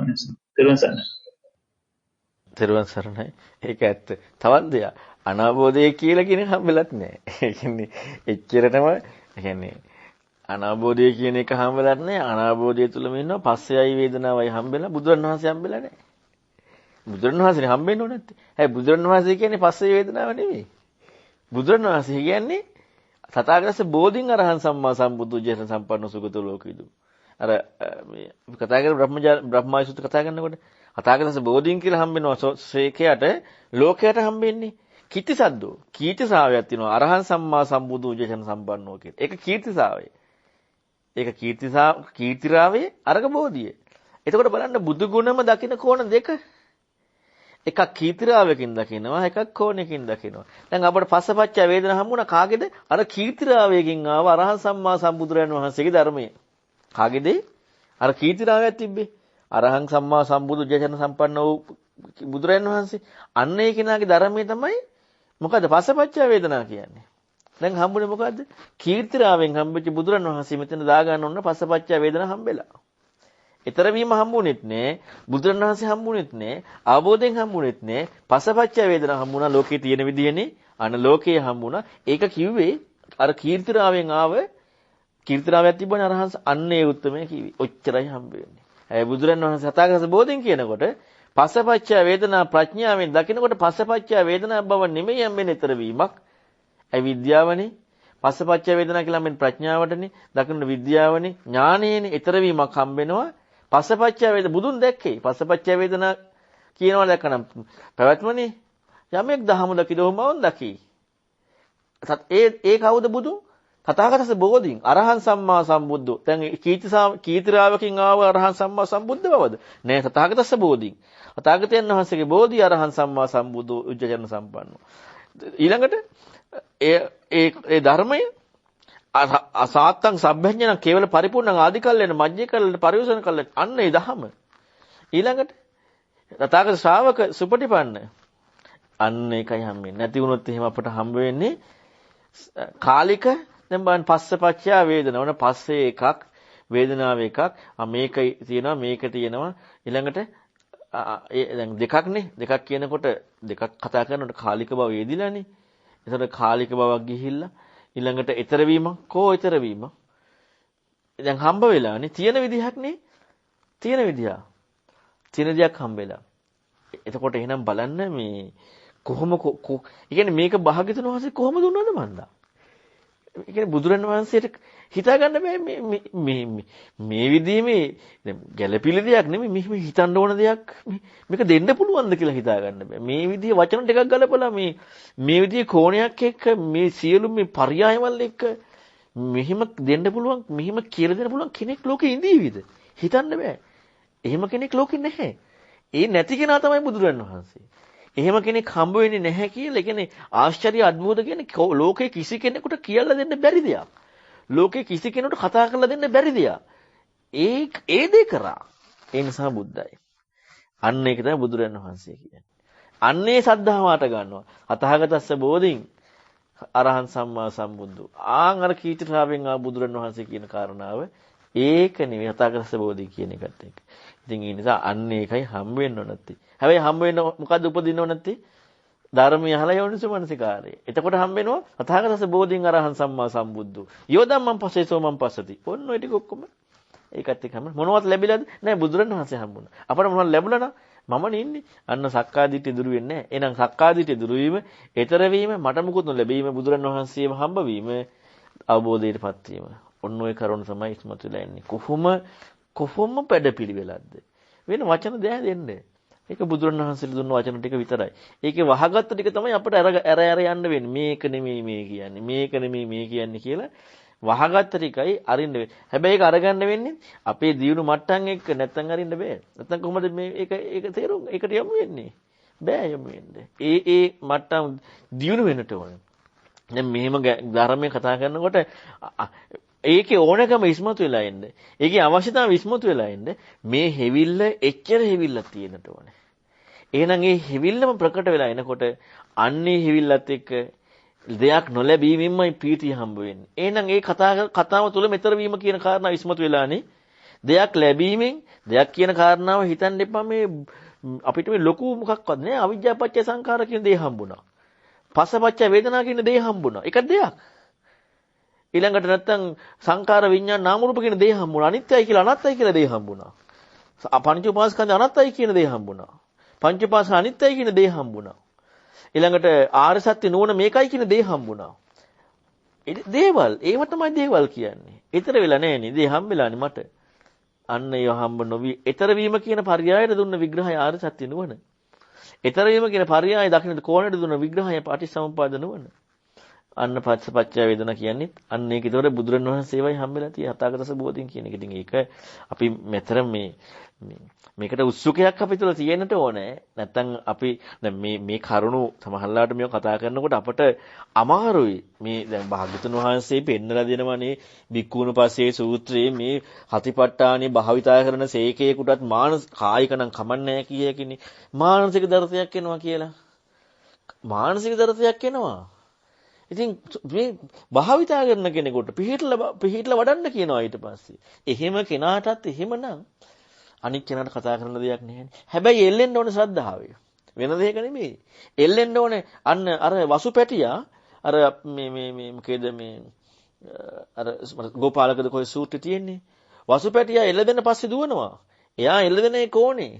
එල්ලෙන්න ඉන්නේ කොහෙද? ඒ පැත්තටමයි. අන්නේ විදිහට ගතිය තියෙන්නට ඕනේ. නැත්තම් අපිට මාව බැරි වෙනකොට අයින් වෙනවනම් අපිට සද්ධාව කැඩෙනවනම් අර යන කෝණේ අයින් වෙනවනම් අන්න එතකොට අපිට මදි. ඒ නිසා අපි අමාරුයි. නමුත් අඬ හරි යන්නට ඕනේ. බුදුරණවහන්සේ පෙන්වා දෙනවානේ. දැන් අපි කතා කරපු සූත්‍ර ගණනාවක තිබ්බා. අඬ හරි මේක කරන්න ඕනේ. බෑ තමයි. අඬ හරි වෙන කරන්න දෙයක් නැහැ. වෙන දැන් අපිට අඬ කරන්න කියලා භාග්‍යවතුන් වහන්සේ පෙන්වුවේ ඒ කාලේ භික්ෂූන්ට. මේ කාලේ මේ අයට නෙමෙයි ඒ කාලේ එහෙනම් අපට කොහොම තියෙයිද? ඇයි එච්චරට මේක මේ ලෝකයාට මේ විශේෂ එකක් නෙමෙයි. මේක මේ අසාමාන්‍ය පුජ්‍යලයන්ට කතා කරපු ධර්මයක් බුදුරයන් වහන්සේ. එහෙනම් මේ අසාමාන්‍ය බව අපි තුල ඇති කරගන්න අපි එතකන් එල්ලෙන්න තියෙන සද්ධා සාදු පතිට්ඨිතං කියන එකමයි. වෙන දෙයක් නෙමෙයි. තථාගතයන් වහන්සේගේ ධර්මයත් එක්කම ඒකත් එක්ක යනකොට විතරයි අපිට යන්න පුළුවන්. අර සක්දෙවිඳු කිව්වේ අර මහවග්ගපාලි තිබ්බේ මම බුදුරජාණන් වහන්සේගේ 16 ඔන්න චින්තනය. මම බුදුරජාණන් වහන්සේගේ 16ක්. අන්න ඒකටයි භාග්‍යවතුන් වහන්සේ භික්ෂුවක් උපසම්පද පැවිදි වුණාට පස්සේ භික්ෂුවකට වෙනම ශික්ෂාපද දෙකක් පනවන්නේ තමන්ගේ ගුරුවරයාට 16ක් වගේ වැඩ කරන්න. තමන්ගේ ගුරුවරයා කියන දෙයට එහෙයි කියන්නේ. ඒක අපට හම්බුණා මං හිතන්නේ ප්‍රියජාතක සූත්‍රයේදී. මල්ලිකා බුදුරණවහන්සේ කියපු කාරණාවට ඒක එහෙනම් හරි වෙන්න ඕනේ කියලා කියවනේ බුදුරණවහන්සේ දේශනා කරපු නිසා. ඒ වෙලේ කොසල් රජුරෝ කිව්වා ඕක හරියට ආචාර්ය ගෝල සම්බන්ධයක් වගේනේ. ඇයි ආචාර්යයි ගෝලයයි කියලා කියන්නේ ආචාර්යයා කියන එකට එහෙයි කියන එක. ඒ කියන්නේ එච්චරේ සම්බන්ධය. දැන් බුදුරණවහන්සේ මේ විදිහේ හික්මීමක් දුන්නා. ඇයි ඒ හික්මීම දුන්නේ තමන්ට තියෙන සම්පූර්ණයෙන් මේ තමන් හැඟීම කියන කාරණාවට ඉඩක් නොදෙන විදිහට සත්‍ය ගවේෂණයටම අර ආචාර්යයට තනක් දීලා තමන් කියන කාරණාවට තනක් නොදීලා අන්න අර සත්‍ය ගවේෂණයට යන වැඩපිළිවෙලක් හික්මවන්න. ඉතින් මේ භාග්‍යතුන් වහන්සේගේ ධර්මයේ අනිත් වගේ අසාමාන්‍ය චින්තනයකට අපි යොමු වෙන්නට ඕනේ. ඒ නිසා අපට මේක ගැඹුරුයි තේරෙන්නේ ඇත්ත තේරෙන්නේ අපි ඉන්නවනන්නේ තේරෙන්නේ ඉන්න අපට දෙනවා ධර්මයක් නන්නේ. අපට තේරෙන්න ඕනේ නැත්තේ. ඊතර වෙන පරයය පෙන්නද්දි මට තේරෙන්න ඕනේද? ඊතරන පරයය දෙද ඊතර වීමක් හම්බෙලා බුදුරණවහන්සේ හම්බෙන්නට ඕනේනේ. ඔන්න ඔය කාරණාව අපි හොඳට තේරුම් ගන්න. එතකොට මේ ලෝකේ ධර්මය කියන්නේ තව දෙයක් නෙමෙයි. ලෝකය කියන්නේ තව දෙයක් නෙමෙයි. ලෝකෙන් ඊතරන දුන්න දෙයක් නෙමෙයි ධර්මය. මේ ධර්මයේ ඥානය කියලා කියන්නේ ධර්ම නුවණ කියලා කියන්නේ ලෝකයේකුයි ධර්මයේකුයි කියන එකක් නෙමෙයි. අන්න ඊතර වුණා. ඒකනේ හිටියද නැද්ද ඉන්නවද නැද්ද කවුද මේ කවුද ඒ අදාළ නැහැ ඔක්කොම නිෂ්ප්‍රභයි නෑ නෙමෙයි තිබ්බ නෙමෙයි නිෂ්ප්‍රභයි.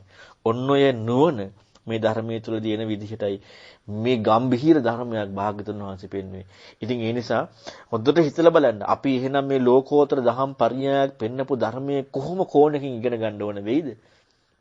දැන් අපි මේ දවස්වල කතා කරන ඔය සමහර සූත්‍ර දේශනා දැන් මට ආයෙ හිතෙනවා ආයෙ කතා කරන්න මේකේ තව ලස්සන කරුණු තියෙනවා. අපිට අපි වහගෙන ඉන්න කරුණු තියෙනවා.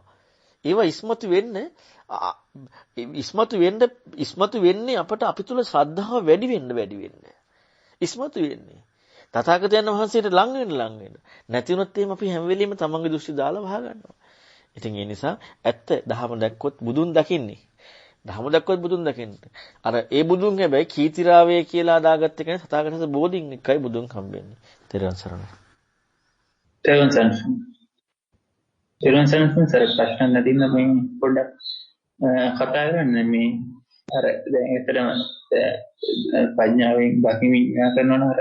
මේකන් මම මේ සෝමස් මේ සුවත්ක දකිමින් වාසය කරන්න කියලා කියන්නේ. එතකොට දැන් එහෙම මම මගේ මෙන්න මේක දැන් සුදුසු නෑ කියලා මෙන්න මේ ස්වභාවයත් එක්ක නම් එහෙම බුදුහාමුදුරුවෝ හම්බෙනවා නම් එහෙමනම් ධර්මය හම්බෙන්නේ එතනදී අර දැන් අර එහෙම නැතුව හම්බෙන හැම එකම එතකොට කල්යාණ කීර්තිරාවේ ඔස්සේ ගියේමයි එතකොට අර අතන අර මගේ ආත්මය කියන්නේ මේ සුදුසු නෑ කියන එකත් කියන්නේ අනාත්මයත් ඔක්කොමත් ඒ ප්‍රත්‍යක්ෂ තියෙන කෙනෙක් තියෙන ස්වභාවයක් එක තමයි අතන අර බුදුහාමුදුරන් කියන එක බෝධියත් එක්ක කතා කරන්න වෙන්නේ.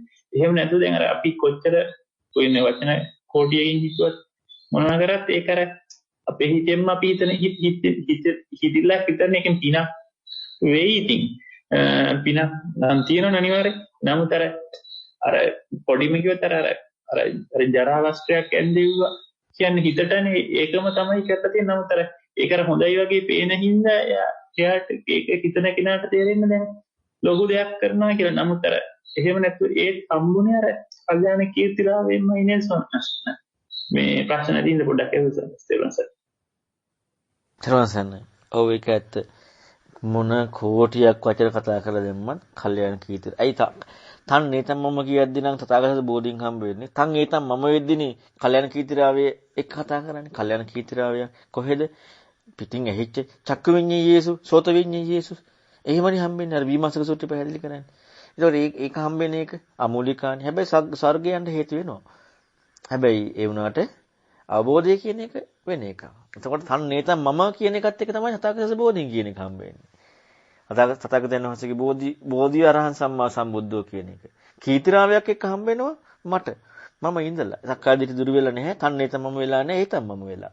ඒතම් මමත් එක්ක තමයි ඒ කාරණාව හම්බෙලා තියෙන්නේ. ඒක වචන කෝටියෙන් කතා කරත් අපට ශ්‍රද්ධාවක් එනවා සුගතියන්නේ. ඒ වුණාට ඊතරණ ප්‍රතිපදාව වෙන්නේ නා දහමත් එක. දහමෙන්නේ තන්නේතම් මම වෙන්නේ. දහමෙන්නේ නේසෝමස්මි. දැන් ඒ කාට හරි හම්බෙනවද නැහැ? හම්බෙනවනේ මම ඉඳලානේ. තන්නේතම් මම දහමත් එක. දහමත් එක්ක වෙනවා තථාගතස බෝධිය. ඊතර වීම. ඒ කතාව තුළම ඉස්මතු වෙලා එනවනේ ඊතර වීමක් කියලා. ඒ කතාව තුළම හම්බෙලා නැහෙනේ බහුයත්වයක් කියලා හම්බෙලා තියෙනවද? බහුයත්වය කියන එක හම්බෙලා නැහැ. ඊතර වීමක් කියන එක ඉස්මතු වෙලා. අන්න ඒකයි බුදුරණවහන්සේගේ ධර්මය. තෙරුවන් සරණයි. තෙරුවන් සරණයි ස්වාමීන් වහන්සේ. දැන් අර ඊතර මෙතර කියන හිතනකොට මම හිතන්නේ දැන් මෙතර අපි බුදුරජාණන් වහන්සේ වදාළ ධර්මයේ අග්‍රම තැන අපි තුමු ප්‍රඥාව දක්වාම ඔක්කොමයි කියන්නේ මෙතරට නේද ස්වාමීන් වහන්සේ. එතකොට ඒකට ඊතර කියන්නේ තවත් දෙයක්, තවත් යමක්, තවත් ඥානයක් එහෙම එකක් නෙවෙයිනේ. ඒකට ප්‍රඥාව දක්වාම මෙතර ඒ සියල්ලෙන්ම ඊතර වෙන ධර්මයක් බුදුරජාණන් වහන්සේ අපිට පැහැදිලි කරන්නේ අර අනිත්‍ය දුක්ඛ අනාත්ම ඉස්මත් වෙලා ඒ උන්වහන්සේ වදාළ ධර්මයේ කාරණයෙන්ම ඊතර වෙන ලක්ෂණයක් නේද පෙන්වන්න කරන්නේ. තෙරුවන් සරණයි. තෙරුවන් සරණයි. ඔව් ඒ කියන්නේ හැම එකක්ම ඊතර වීමනේ. ඒ කියන්නේ යමක් හෝ ලැබීමක් නෙමෙයි. දැන් අපිට ප්‍රඥාවට යමක් ලැබුණා කිව්වොත් එතරම් ඊතර වෙන දහම හම්බෙලා නැහැ. දැන් ඒකනේ අර ඥානවත් සූත්‍රයේ පැහැදිලි කරන්නේ ප්‍රඥාව ඒකත් කය ධම්ම වය ධම්ම වශයෙන්.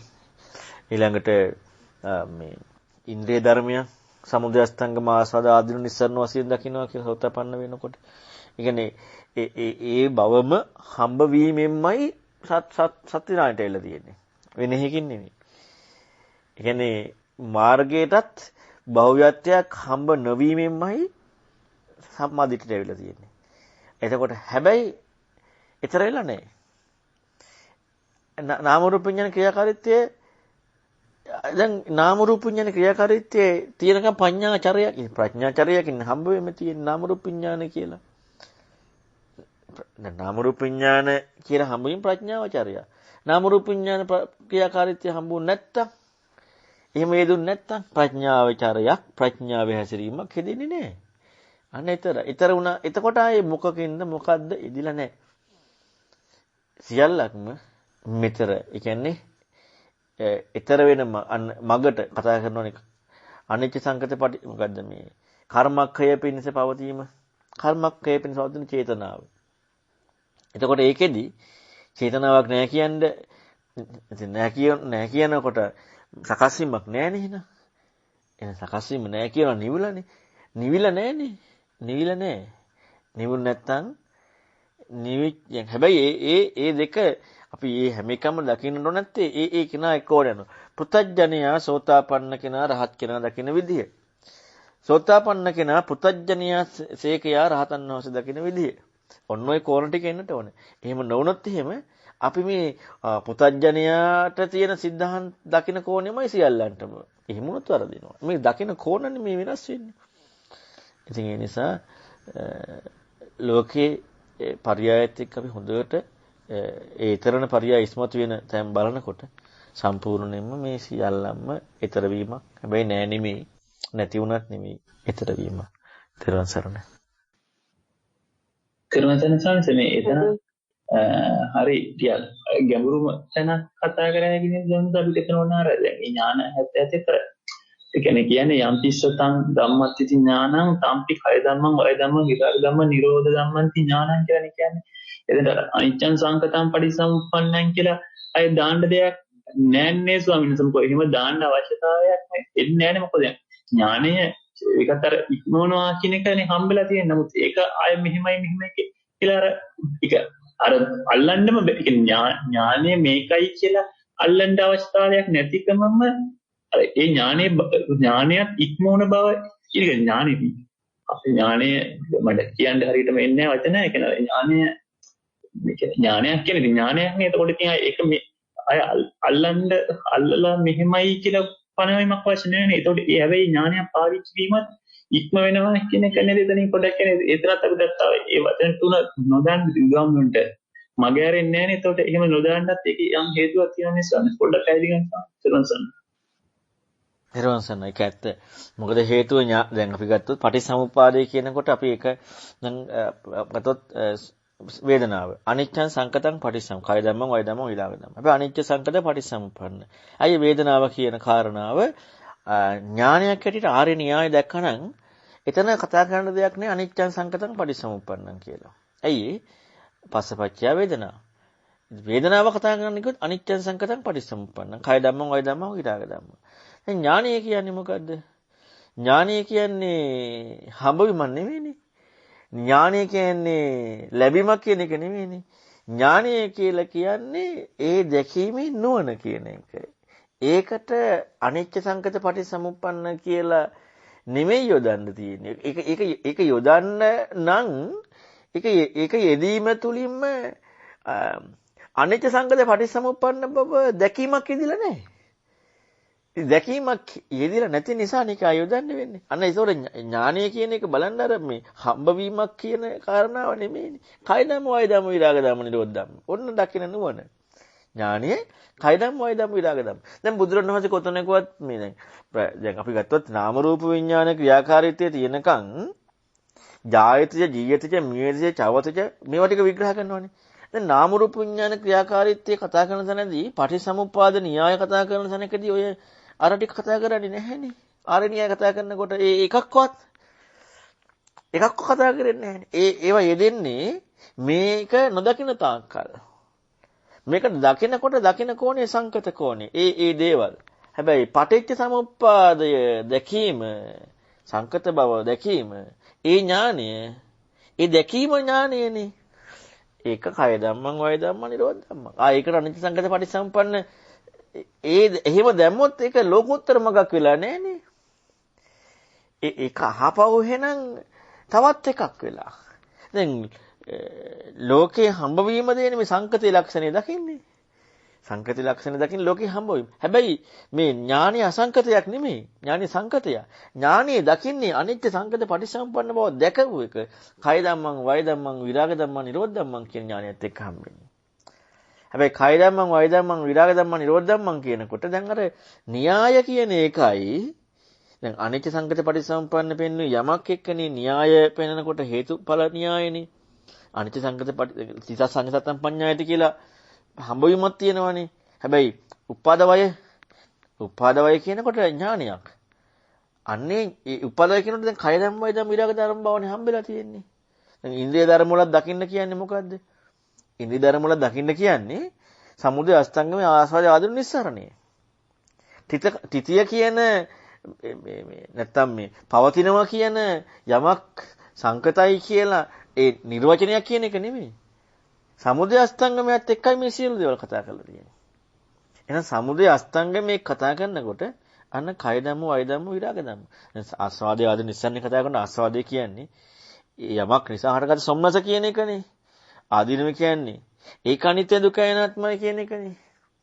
නිස්සන්නේ කියන්නේ ඒක චන්ද්‍රාග නිදහස් වෙනවා කියන එකනේ. ඒතකොට මම හිතන්නේ ඕක අපි වෙනම පරියායක් කතා කරානේ. එතකොට එහෙනම් ඒ පැහැදිලි කළ දුන්න කාරණාව හැම එකටම මේ සමුදය අෂ්ටාංගමිකින් නුනත් එක්කනේ කතා කරන්නේ. සමුදය අෂ්ටාංගමිකින් නුනත් එක්ක. ඒ සමුදය අෂ්ටාංගමිකින් නුනත් එක්ක කතා කරාම මේ යමක් කියන කාරණාවක් හම්බ වීම කියන එක එයාට එදිලා නැහැ. හැබැයි එදිලා නැහැ කියන ඉතර වෙලා නැහැ කියන එක නෙමෙයි. ඒ දර්ශනයට කියනවා ආර්ය න්‍යාය කියලා. ඒ දර්ශනයට කියනවා නුවණ කියලා. ඒ ඥානෙට කියනවා නුවණ කියලා. ඒක කය ධම්ම වය ධම්ම විරාග ධම්ම. ඒකට දෙන්නේ නැහැ භව්‍යත්වය. එච්චරට මේ නුවණ වැඩි. ඒ දැක්මමනේ සෝතාපන්න වෙන්නේ. ඒ දැක්මමයි සෝතාපන්න කියන්නේ. ඒකටත් තරම් නොදෙන එක. තෙරුවන් සරණයි. තෙරුවන් සරණයි ඒක ලස්සනයි මතු කරපු කාරණේ දැන් පටිච්චසමුප්පාදයේ තියෙන අංග 12ේදී අනිත්‍ය සංකතම් පටිච්චසමුප්පන්නම් කියන කාරණේ දෙනවා. නමුත් ප්‍රඥාවේදී ඥානයේදී ඒකේ දෙන්නේ කය ධම්ම වය ධම්ම විරාග ධම්ම නිරෝධ ධම්ම ඥාන කියන එකයි දෙන්නේ. එහෙමද ස්වාමීන් වහන්සේ? දරුවන්සන්න. ඔය එතන පැහැදිලි කරන්නේ ඒ විදිහට. බලන්න ඥානවත සූත්‍රය. මේ පැහැදිලි කිරීම තියෙන්නෙම ඒ කය ධම්ම, වය ධම්ම, විරාග ධම්ම, නිරෝධ ධම්ම කියන එකත් එක්කනේ. අනිත් ඒවාට අනිත්‍ය සංකත පටිසම්පන්න කය ධම්ම, වය ධම්ම, විරාග ධම්ම ඔක්කොම තියෙනවා. එතකොට ඒ කියන්නේ කාරණාවක් අල්ලගෙන හැබැයි පටිසමුපාදයේ මේ පත්‍ය දකින්නකොට පත්‍ය බව දකිද්දී ආයේ කය ධම්ම, වය ධම්ම කියන්නේ මේ පටි සංකත අනිත්‍ය සංකත කියලා කතා කරන දෙයක් නැහැ. පටිසමුපාද අංගය දැක්කහම අංගයක් එක්ක අනිත්‍ය සංකත පටිසම්මුල කතා කරන්න තියෙනවා. දැන් අපි ගත්තොත් පාරලේක සූත්‍රේ අනිත්‍ය සංකත පටිසම්පන්නව කතා කරනවානේ. එතකොට මේ කාරණාව එක්ක ඒක අනිත්‍ය සංකතං පටිසමුප්පන්න. එහෙනම් ඒ කාරණාව එක්ක වැතන නුවණත් එක්ක දකීමේ නුවණත් එක්කනේ. ඉතින් ඒ නිසා ඇත්තටම තම්පි කය ධම්මං වය ධම්මං කියන එක ඒක හරිම ලස්සනයි කාරණාව. ගත්තාම මොකද ඒ ලෝකෝත්තර මාර්ගයේ ලෝකෝත්තර වෙලා නැහැ. ලෝකෝත්තර මාර්ගයේ ලෝකෝත්තර මඟ බව තවත් ටිකක් තියලා තියෙනවා. තෙරුවන් සරණයි. තෙරුවන් සරණයි සෝකාර හින්දිටික සූත්‍රයක් තියෙනවානේ ස්වාමීන් වහන්සේ. දැන් අර අනේ පිටුමාගෙන් අර අහුවාම අර ඒ ගත් එකත් අර මොකද්ද මේ දෘෂ්ටිය කැළුණ නේද ඔබ කියලා අහුවාම නෑ මම මේක ඉක්මීම හම්බෙනවා. ඒතකොට අනයාට අර ඒකාන්තයෙන් නිවෙන මඟ හම්බුණා කියන එක එතන ඉස්මතු කරලා එනවා නේද එතන. අර එතනත් නැත්නම් අර එහෙම නැත්නම් ඥානයක් හරි හටගෙන ඥානයක් කියවට දෙක. ඥානයක් නෙමෙයි නිකන් අර අපේ ලෝකේ දැනුමක් විතරනේ එහෙම වුණොත් එන්නේ අර ඔන්ලයින්ට පාවිච්චි කරන නමුත් අරක එහෙම එකක් නොවන බව ඒ සූත්‍රෙත් ලස්සනට ඒ සින්දිටික සූත්‍රෙත් අනේ පිළිසිටුමා කියනවානේ සෝන්සික බොහොමන්සල මතක නම් පොඩ්ඩක් තෙරුවන් ඔව් කින්දිරි සූත්‍රය එක තියෙනවා. ඒ විදිහටම තියෙනවා. ඒ කියන්නේ ඒ අය මේ චෝදනා කරනකොට අනාථ පිළිතුමා ඒ කාරණාවේදී කියනවා ඒකට ඒ විදිහට දකින්නවා කියලා. ඇත්තටම මේ ආර්ය ශ්‍රාවකයෙකුගේ ජීවන ස්වභාවය කියන්නේ ජීවන ස්වභාවය කියන්නේ ලෝකයේ දකින්න කෝණයක් කියන්නේ අනාථ පිළිතුමා ව්‍යාපාර කටයුතු කරා. හැම දෙයක්මත් කරා. බිම්බිසාර රජු රජකම් කරා. ඊළඟට ඒ අය එක එක දේවල් කරා. ඉසිදත්ත පුරාණ ඒ රාජ්‍ය සේවය කරා. හැබැයි එයාලගේ කෝණ වෙනස්නේ. එතකොට ඒක වෙනස් වෙන්නේ නැහැ. හැබැයි ජීවත් වීමෙන් විසාකා මහෝපාසිකාව දරුවෝ බර ගානක් හැදුවා. ඊළඟට බන්දුල මල්ලිකා. එතකොට ඒ අයගේ ගත්තාම මේ ජීවන රටාව තුළදී යම් විදියට ලෝකයේ ජීවත් වීම ස්වභාවයම තමයි. හැබැයි කෝණය එක අන්න කෝණීය වෙනස. ආර්ය කෝණය කියන්නේ ඒකද බලන්නකො මේ දහම් පදයක් දෙකක් අහලා හිමු වෙන්න කොහොම හැකියාවක් තිබිච්ච අයද මේ අනාථපිණ්ඩික එහෙම. දහම් පදයක් අහපු ගමන් සම්පූර්ණ වෙනස් වුණා.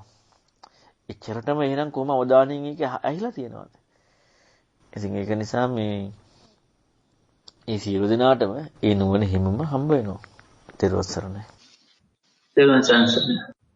තෙරුවන් සරණයි ස්වාමීන් වහන්සේ. දැන් අර ප්‍රඥාව භාවිතා වෙන අවස්ථාවේ කියන්නේ මාර්ගයේ යෙදෙන අවස්ථාවේදී අපි අර සාමික විමුක්තියක් කියලා කතා කරන එක ඒ අවස්ථාවටද ගැලපෙන්නේ ස්වාමීන් වහන්සේ. තෙරුවන් සරණයි. තෙරුවන් සාමික විමුක්තිය කියන්නේ ඒක තමයි. ඒ කියන්නේ ආරණ්‍යය දකින්න පංචපාස්කන්ධය ඒකටනේ මාර්ගය කියලා භාවිතය කතා කරන්නේ. පංචපාස්කන්ධය උදයවේ දකින්නවා. දැන් අපි ගත්තොත් උපනිෂද් සූත්‍රය ගත්තාත් ඔය ගොඩක් විතර පස්සේ කතා කරනවානේ පංචපාස්කන්ධය උදයවේ දකින්න රහත් වෙනවා. අන්න රහත් වෙලා නැහැනේ. රහත් වෙනවා. දැන් මං හිතන්නේ අපි අර සංයුතනිකය 4 කතා කරපු මට මතක නැහැ සූත්‍රය නම අත්‍යතනාගතය ගැන කතා කරලා කෝපනවාදෝ පච්චුප්පන්නස්ස කියලා යමු වෙනකොට මගට යමු වෙනවා කියන්නේ. මගට යමු වෙනවා. මාර්ග භාවිතනේ මගට යමු වෙනවා. එතකොට එතන ඒ කතා කරලා පෙන්නන්නේ මේ සාමික විමුක්තිය. ඒකත් බලෙන් ගන්න පුළුවන් එකක් නෙමෙයි. දැන් අපි දන්නවනේ අපිට අපි මේ ධර්මයේ මේ ඕනකමත් එක්ක අපි මේ කොහොමද ඇගලිලා දඟලන්න උත්සාහ කරනවද කියලා. සෝතාපන්න කෙනෙකුට කොහොමද එහෙනම්? ඉතින් එහෙම වෙච්ච කෙනෙකුට නැත්නම් අනාගාමී කෙනෙකුට කොහොමද? නමුත් රහත් වෙන්නේ නැහැ නේ එකපාරට. ඒ කෙනාගේ හැකියාවත් එක්කනේ වෙන්නේ. ඉතින් ඒක අර සාමික විමුක්තිය කියලා ඒකට උදාහ කරන්නේ ඒක දැන් ගෝධික ස්වාමීන් වහන්සේ සාමික විමුක්තිය තියමු විලා ඒ කතාව කතා කරනවා. ඉතින් ඒ නිසා සාමික විමුක්තිය කියලා කියන්නේ මේ ප්‍රඥා භාවිතය නැත්තම් මග භාවිතය. මාර්ගයේ භාවිතය. ඒ මාර්ගයේ භාවිතා කරන්න තියෙන්නේ. මාර්ගය කියන්නේ භාවිතා කරලා ඉවර නෑනේ. භාවිතා කරන්න තියෙන්නේ. භාවිතා කරලා ඉවරනට පස්සේ මාර්ගය ගැන කතා කරන්න දෙයක් නෑ. භාවිතා කරලා ඉවරයි. භාවිතා කරලා දැන් අපි හිතමු ගමනක් ගිහලා ගෙදරට ආවා. කොහේ හරි ගිහිල්ලා. දැන් ඇවිදලා දැන් මාර්ගය ගැන ඕනද කොහොමද මේ මාර්ගය යන්නේ කොහොමද යදාල නැහැ. මේ මාර්ගය ගැන හිතන්න ඕනෙත් නැහැ. ඇවිදලා යනකොට ආන් හොයන්න ඕනේ. දැන් යනවා. යන්නේ නැත්තම් ඒ මොකක්වත් නැහැ. එහෙනම් මාර්ග භාවිතය කියනකොට තමයි සාම්‍යක විමුක්තිය. අසාම්‍යක විමුක්තිය කියන්නේ එහෙම එකක් නෑ විමුක්ත වෙලා. ආයේ කතා කරන්න දෙයක් නෑ. යන්නේ නෑ කොහෙවත්. විමුක්ත වෙලා. තේරුම් ගන්නයි. මේ විදිහකින් ධර්මයේ කතා කරනකොට මේ පිරිසගෙත් හොඳ උනන්දුවක් එවිලා ධර්ම සාකච්ඡාව ඉදිරියට යනවා නැත්නම් ඉතින් මේ මන් දෝසහය වෙනවනේ මමත් මෙච්චර මේ විදිහට කතා කරන්නේ මම ඊයේ කිව්ව එකනේ. පිරිසගේ තියෙන මේකත් එක තමයි මගේ උපකාරයකට එක මගේ උපකාරයට මම බලෙන් කරනවා නෙමෙයි ධර්මයේ හොයනකොට ඉතින් මගේ උපකාරයක් නේ කරන්නේ මම ධර්මයේ හොයනවානේ. එතකොට ධර්මයේ හොයනකොට මේ ඒක කතා කරන්න පිරිසක් ඉන්නකොට ඔන්න ඒක උපකාරයක් වෙනවා. ඉතින් ඒ නිසා මේ මෙච්චර ගැඹුරු වැඩි නම් ඉතින් අපි යන මුලින් ඉඳලා ආයේ ටික ටික ඒව අහගෙන එන්න ඕනේ. හැබැයි ඉතින් දැන් අපි මේ බුදුරණවහන්සේගේ ධර්මයේ කොහොමද ඉතින් ගැඹුරුයි. අපි මේකත් එක්ක අනුගත වෙලා අපි මේකට අර අසාමාන්‍ය වීරියක් වුණ කෙනෙක් කොච්චර සාධාරණද? පුංචි වටිනා දෙයක් පුංචි වීරියෙන් ගන්න බෑ කෙනෙක් කොච්චර සාධාරණද? වටිනා දෙයක් පොඩි කැපකිරීමෙන් ගන්න බෑ කෙනෙක් කොච්චර සාධාරණද? එහෙනම් මේ ධර්මයකට අවබෝධ කරගන්න නෙමෙයි මේක ඉගෙන ගැනීම සඳහා කොහොමනම් කැපකිරීමක් අවශ්‍ය වෙනවද කියන එක කොච්චර සාධාරණද? ඉතින් ඒ නිසා මේ ධර්ම සාකච්ඡාවක් යනකොට ඒක මේ සතුටු වෙන්නේ නැත්නම් ඒක මේ ප්‍රමුදිත වෙලා ඒක ආලෝකමත් වෙන්නේ මේ හැබැයි මේකට අදාළව අන්න ඒකත් ඒ කියන්නේ මේක පිට යන විදිහට නෙමෙයි මේකටම අදාළව මේ විදිහටම මේ චින්තනයටම ගැලපෙන විදිහටම ප්‍රශ්න සාකච්ඡා කරන්න ඕනේ. ඉතින් පිට යන විදිහට ඇහුවොත් මේක සම්පූර්ණයෙන් ආය ඇදලා වැටෙනවනේ. ඉතින් ඒ නිසා මේ කතා කරන්න ප්‍රශ්න අහන්න මේ අපි මේ කවුරුත් ඉතින් අසරණයිනේ. කවුරුත් මේ සංසාරේ යනවනේ. මමත් එකයි ඔයාලත් එකයි. ඉතින් අපි මේ කොහොම හරි බඩ ගාගෙන හරි බුදුරණවහන්සේ කියපු කාරණාවට යොමු වෙන්නනේ. ඉතින් ඒම යොමු වෙද්දී සක්කාය දිටියට පහරක් වදින දෙයක් අපට හම් වෙනවා නම් කොච්චර හොඳයිද? මොකටද මාට ලකුණක් දෙන්නේ? මොකටද මේ ඇත්තරම කතා කරලා බැලුවොත් එහෙම දැන් මේ ධර්මයෙන් කතා කරනකොට මේ ධර්ම කාරණා කියනකොට මට සතුටක් එනවා. හැබැයි යම් කිසි විදියකින් ධර්ම කාරණාව ගැන තව කෙනෙකුගේ අදහසක් කියනවනේ. එක්කෝ මම මොකක් හරි දෙයකින් මොකක් හරි මම කලිනුත් කියලා තියෙනවා මේ මමත් මේ ධර්මයේ ඉගෙන ගන්නවා බුදුරණවහන්සේ ධර්මයේ භාග්‍යවතුන් වහන්සේ ධර්මයේ මොකද්ද කියන්නේ කියලා. ඒ නිසා මගේ වැඩගත්කමක් නෙමෙයි තියෙන්නේ. මමත් මේ මොකක් හරි දෙයක් බඩ ගාගෙන හොයන්න දඟලිල්ලක් කරන්නේ. හැබැයි ධර්මයේ කතා කරනකොට ආසාවල් හතුරක් තියෙනවා. අන්න ඒකට අපි නිතරම උනන්දු වෙන්නට ඕනේ. නිතරම අපි ඒකට මේ දැන් අපි මේ කතා කරනකොට ඒකට ලොකු තල්ලුවක් එනකොට සතුටක් ප්‍රමුදිත භාවයක් එනවා. ඉතින් ඒ නිසා ඒක ඔක්කොමල මතක තියාගන්න. එතකොට ධර්ම සාකච්ඡාව යෙදීමත් ඉදිරියට කරගෙන යන්නටත් උපකාරයක් වෙනවා. කොහොමත් ඉතින් මේ අනාගතයේදී මගේ අදහසකුත් තියෙනවා. සූත්‍ර පිටකේ ඉවරුනාට පස්සේ මම ධර්ම දේශනා කරන එක නවත්තනවා. ධර්ම සාකච්ඡා පමණයි. ඉතින් ඒකට අවශ්‍ය විදිහට අපි හැඩ ගැහෙන්නට ඕනේ. අවශ්‍යතාවය ඉස්මතු වෙන්නට ඕනේ. එතකොට තමයි ධර්ම සාකච්ඡාවක් දිගටම යෙදෙන්නේ. තෙරුවන් සරණයි. තෙරුවන් සරණයි ස්වාමීන් වහන්සේ. මේ අර ඇත්තටම ඊයේ සාකච්ඡාවේ තේන්නේ අපි දැන් පස්සපච්චය වේදනා ගැන කතා කරනකොට දැන් අපි ගොඩක් නොඑක් කාර්යය වලින් අරගෙන කතා කරන්නේ වේදනාව ගැන. දැන් අපිට එතකොට ඔය දැන් වේදනාව කියනකොට නොඑක් තැන් වල කියපු දේවල් වලට අනුව අපේ අර අර්ථය ගන්නවා ඒ වෙලාවට බුදුරජාණන් වහන්සේ කියපු අර්ථයට එතන යොමු වෙන්නේ නැති නිසා ප්‍රශ්නයක් එන බව තේරුණා. එතකොට මෙත් එක දැන් අපි මේ ආර්ය න්‍යාය දර්ශනයක් ගැන කියනවා. එතකොට ආර්ය ඒක අදාළ කෝණයක් ගැන කතා කරනවානේ. එතකොට ප්‍රධාන වශයෙන් දැන් පැවැත්ම තියෙන දකින්න කොහොනෙකුයි යා දකින්න කොහොනෙකුයි තියෙනවානේ. ඒක එතකොට මේ මට ඒක හිතුනේ මෙහෙම දැන් දර්ශනය කියන කොටත් අපිට එක මේ ඒකේ හරිම අර්ථය මේ අපිට යන්නේ ඒකත් අර පැවැත්මේ විදිහට දැන් උදාහරණයක් ගත්තාම දැන් අපිට තවන්නසට පේන තියෙන ඔය ආරන්නේ දැන් බලනකොට ඈත දර්ශනේ පේන එක අපි දර්ශනයක් කියලා ගත්තොත් එහෙම එතකොට අපි ඒ දර්ශනයටම යොමු වෙලා බලුවොත් මේක දර්ශනයක් විදිහට දකින්නේ නැත්නම් අපි එතන පේන අහස එනවා ගස් කඳු කියලා වගේ එහෙම ඒකෙදී අපිට හම්බෙන්නේ යම් දෙයක් නේ අපි අන්න එහෙම ඒ යොමු වෙන කෝණය ඒ කියන්නේ යොමු වීම අනුවමයි නේද ඒක එහෙම දකින්න ලැබෙන්නේ. ඒ කියන්නේ අර බුදුරජාණන් වහන්සේ ඒ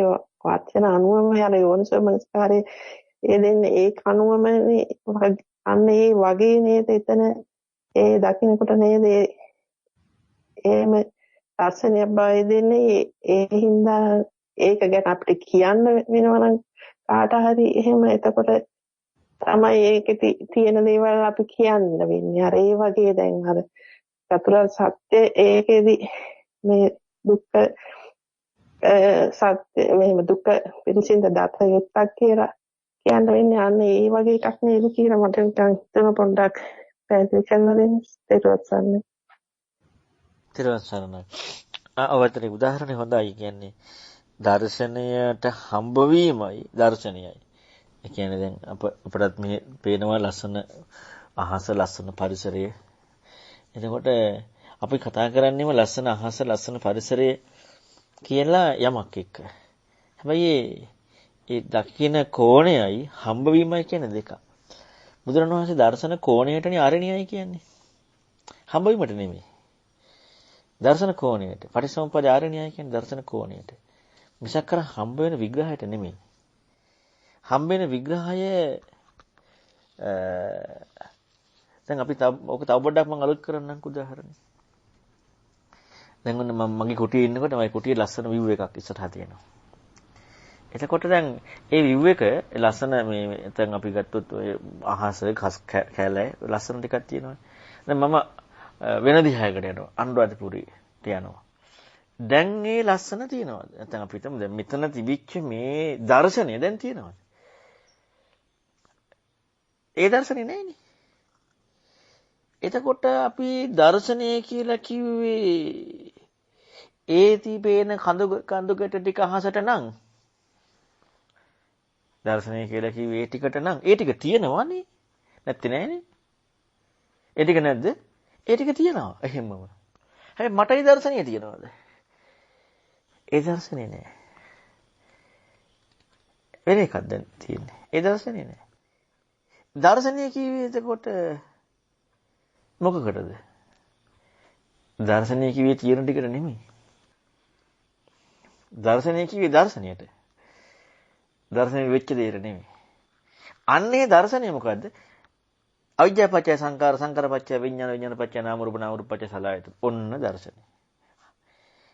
ඊළඟට පසපච්චය වේදනා පසපච්චය සංඥා පසපච්චය සංඛාරා නවරුපච්චය විඥානං මේවා දර්ශනය. උදත්තගාමී ප්‍රඥා දර්ශනය. එතකොට ඒක අර නම් කිරිල්ලක් නෑ. ඒක ඉදිලා නෑ. ඒකට පෙන්වන්න පුළුවන් බව නෑ. ඒක ඉදිලත් නෑ. අන්නේ වගේ මේ ඊතර වීම කියනකොට අන්න ඒ සරල එතනම රින කරන්න කිව්වේ ඒ උදාහරණ වල සව පොඩක් එකතු කරලා කිව්වේ සරලව අපට පොඩ්ඩක් ඉඟියක් තේරුම් ගන්න. ඉතින් දර්ශනය කියලා කියන්නේ අපට මේ තියෙන ඌ දෙයක් කියන එක නෙමෙයි අර කෝණය. දැන් මම ඒ පැහැදිලි කරේ මේ ලෝකේ සාමාන්‍ය එකට විග්‍රහයක් තේරුම් ගන්නනේ. නමුත් දර්ශනය කියලා කියන්නේ ඊතර වීම කියන කාරණාවත් එක්ක. තේරුම් ගන්නයි. එතන අර ඇත්තටම ඒක අර මම ඒක ඉන්නේ අර එතන අර උදයත් කාමිනී විදියට එහෙම එක්කනකොට අර ඒකට අර කියන්න එහෙම විස්තර වෙන්නේ නමුත් අර නමුත් ඒක අර ඥානය කියන එක ඒකට එහෙම එකක් අර කියදෙනවා කියන එක වෙනන්න තියෙනවා සරණයි. ඔව් ඇත්තටම අනුරාධපුරයේ මම ගියත් මට මේක පිළිබඳ ඥානයක් තියෙනවා. මේ view එක පිළිබඳ ලස්සන පිළිබඳ. හැබැයි මම ඒක දකින්නේ. ඒක දකින්නේ නැහනේ. හැබැයි ඥානෙ තියෙනවා. මෙතනට පස්සේ දකිනවා. එතකොට දකිනවා. එතකොට ඒක එක්කම වාසය කරනවා. හරි ලස්සනයි. ඉතින් ඒක අපිට යම් කිසි අපිට මේ හිතන්න ඕන කෝණයකට ඒක තේරුම් ගන්න. තේරුම් ගන්න. තේරුම් ගන්න මේ නිහඬතාවය නිසා මම කැමති තව ප්‍රශ්නයක් ඔබවහන්සේට උත්තරෙන් දැන් අර අපේ සංයුත්තනිකායේ දේශනාවල හම්බ වෙච්ච කාරණේ අතීතයේ අනිත්‍ය නිසා අනාගතය අනිත්‍යයි. එතකොට අතීතයේ අපේක්ෂා කරන්නේ අනාගතේ නාවිනන්ද. එතකොට පච්චුප්පන්නේ දැකලා ඉතිර වෙන. දැන් එතකොට අතීතයේ අනිත්‍ය අනාගතේ අනිත්‍ය කියන්නේ ස්වාමීන් වහන්සේ එතන අතීත අනාගත දෙක පිළිබඳව දැන් මේ මොහොතේ අපිට කිසිම තාත්වික අත්දැකීමක් නැති නිසා ඒක අනිත්‍යයි කියන අදහසද කොහොමද අතීතය අනිත්‍යයි කියලා අපි තේරුම් ගන්නේ? තේරුම් ගන්න. චරවසන්නේ මම හිතන්නේ මම අර සංසාර චිත්‍රපටය කියන එකේ ඔක ලස්සන කරුණ ටිකක් කිව්වා වෙන්න ඕනේ. මේ ඒක ආර්ය ශ්‍රාවකයානේ. ඒක පැහැදිලි කරලා පෙන්නන ආර්ය ශ්‍රාවකයාට මගට යමු වෙන්න කියලාම. එතකොට ආර්ය ශ්‍රාවකයා අතීතය කියන එකයි අනාගතය කියන එක යාට කොහොමද දෙන්නේ කියලා මම අර චිත්‍රපටයේ උදාහරණෙම පැහැදිලි කරන චිත්‍රපට නිෂ්පාදනය කරපු කෙනාට එයා දැන් ඉද්දී වර්තමානයේ ඉද්දී එයා චිත්‍රපටිය බලනකොට එයා ඒ රසාස්වාදයට අහු වෙලා එක ඉන්නවා. ඒ කියන්නේ රසාස්වාදයට අහු වෙලා කියලා කියන්නේ අපිටම ගියක් ගිනි ගන්නවා. ඒ ගේ ගිනි ගන්න බව තුළ එයා භුක්ති විඳිනවා. එයාට දැන් ගේ ගිනි ගන්නවා කියලා හම්බ වෙන්නේ. ඒක රසයේ භුක්ති විඳිනවා. සෙල්ලම් ගියක් ගිනි ගන්නවා කියන එක නෙමෙයි. හැබැයි එයා ගියක් ගිනි ගන්නවා කියන සත්‍ය දෘෂ්ටියට සත්‍ය වශයෙන්ම යන්නේ නැහැ. ඒ වුණාට ගියක් ගිනි ගන්නවා කියන ආස්වාදයේ භුක්ති විඳිනවා. එයාට යම්කිසි මොහොතක අතීතය ගැන සිහි වෙනකොට අතීතයට සිහි වෙන්නේ. අපි හිතමු අතීතේ කාර් ගිනි ගත්තා කියලා මේ චිත්‍රපටියේදී කාර් ගිනි ගන්නවා කියලා අතීතයේ ආවර්ජනය වෙනකොට එයාට කාර් ගිනි ගැනීම කියන එකට වඩා බහුවත්වයක් මේ වඩා පැන නැගීමකට ඉඩ තියෙන්නේ ශ්‍රී ලංකාව ගිනි ගත්තා කියන එක. මොකද ඒකට හේතුව එයා ඒ ප්‍රොඩක්ට්ස් කර නිෂ්පාදනය කරපු නිසා.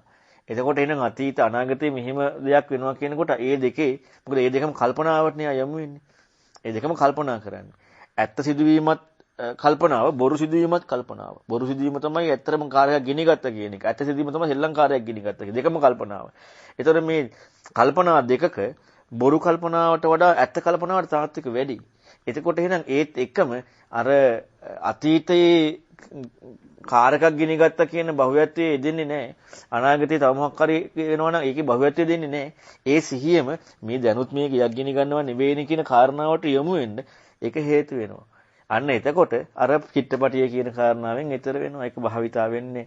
මෙන්න මේ වගේ තමයි ආර්ය ශ්‍රාවකයෙක් දැන් මුලා වෙලා ඉන්නකොට අතීත අනාගතය ආවර්ජනය වෙනකොට අර නුවණ හේතුඵල නුවණ කියන කාරණාවත් එක්ක ඇත්තටම අතීතයේ මට මෙහෙම දෙයක් වුණා කියන කාරණාවට බහුවත්වයේ ආරෝපණය වෙන්නේ නැහැ. ඒක වෙන ස්වභාවය අඩු වෙනවා සිහිය ඉපදීමේදී. ඒතර අතීතය අනාගතය එහෙමනම් වර්තමානයේ කවර කතාවද කියලා අන්න සිහිය ඉපදිලා මාර්ග භාවිතේ එන මාර්ගයේ භාවිතයට යමු වෙනවා කියලා නේ කියන්නේ. මාර්ග භාවිතය යමු වෙනවා. අන්න යා ඊළඟට අරහත්ත්වයටපත් වෙනවා. මේ අනිත්‍ය වශයෙන් දැකලා ඊළඟට කලින් සූත්‍රය පැහැදිලි කරේ ඒකට කලින් සූත්‍රය භාවිතා වීම පිළිබඳව. එතකොට නිවෙනවා කියලා. අරකේ පැහැදිලි කරන්නේ භාවිතා වෙන්න යමු වෙනවා. මම හිතන්නේ ඔක තවත් විස්තරවම ඒ සංසාර චිත්තපටයේ කියන එකේ හරි ඊළඟ එකේ හරි හොඳට පැහැදිලි කරලා කියනවා තව ටිකක්. තිරුවන් සරණයි. තිරුවන් සරණයි. ඒතර මේ උදාහරණ හරි ලස්සනයි. ඒතකොට අර අතීතයේ සීකාදීන් අර ගොඩක් ලන්ට ඇත්තම විච්ච දේ සිහි වෙන්න ඉඩ තියෙනවා කියපු එක අර දැන් සොයන්තර දැන් එකට ඇලිලා ඉන්නවා කියන තැන අපි අර නිකන් අර අමුතු විදියටම අර නිකන් අර විකෘති විදියට ඇලිලා නැතුව අපි හිතමුකෝ ඇත්තටම අපේ ලෝකෙන් හොඳ අවස්ථාවක් ගමුකෝ. ඒ කියන්නේ ධානයේකාරී මොකාරී ඒකක කියන්නේ හොඳ සිහියකින් ඉන්න අවස්ථාවක් ගමුකෝ. දැන් එතනදී අන්න ඒ සිහිය කියන එක තිබ්බට ඒක ලෝකේ හිටපු ස්වභාවයක් එක්ක අරමුණක පිහිටීමක් එක්ක ගත්ත සිහියක් නේ එතන අදාළ වෙන්නේ. ඒ සමාධිය ඒකාග්‍රතාවය. නමුත් අන්න එයාටත් ඒ තියෙන තුලම ඒ සිහියට එහා ගියපු සිහිය පිහිටීමක් එක්ක පජානාති වල ඉක්මීමකට එන්න ඕනේ. දැන් හැබැයි එහෙම කිසි දවසක වෙන්න විදිහක් නැහැ ලෝකේ. ඒ සිහිය කිව්දින් ඊට වඩා මොකක්ද දෙන්න තියෙන සිහිය.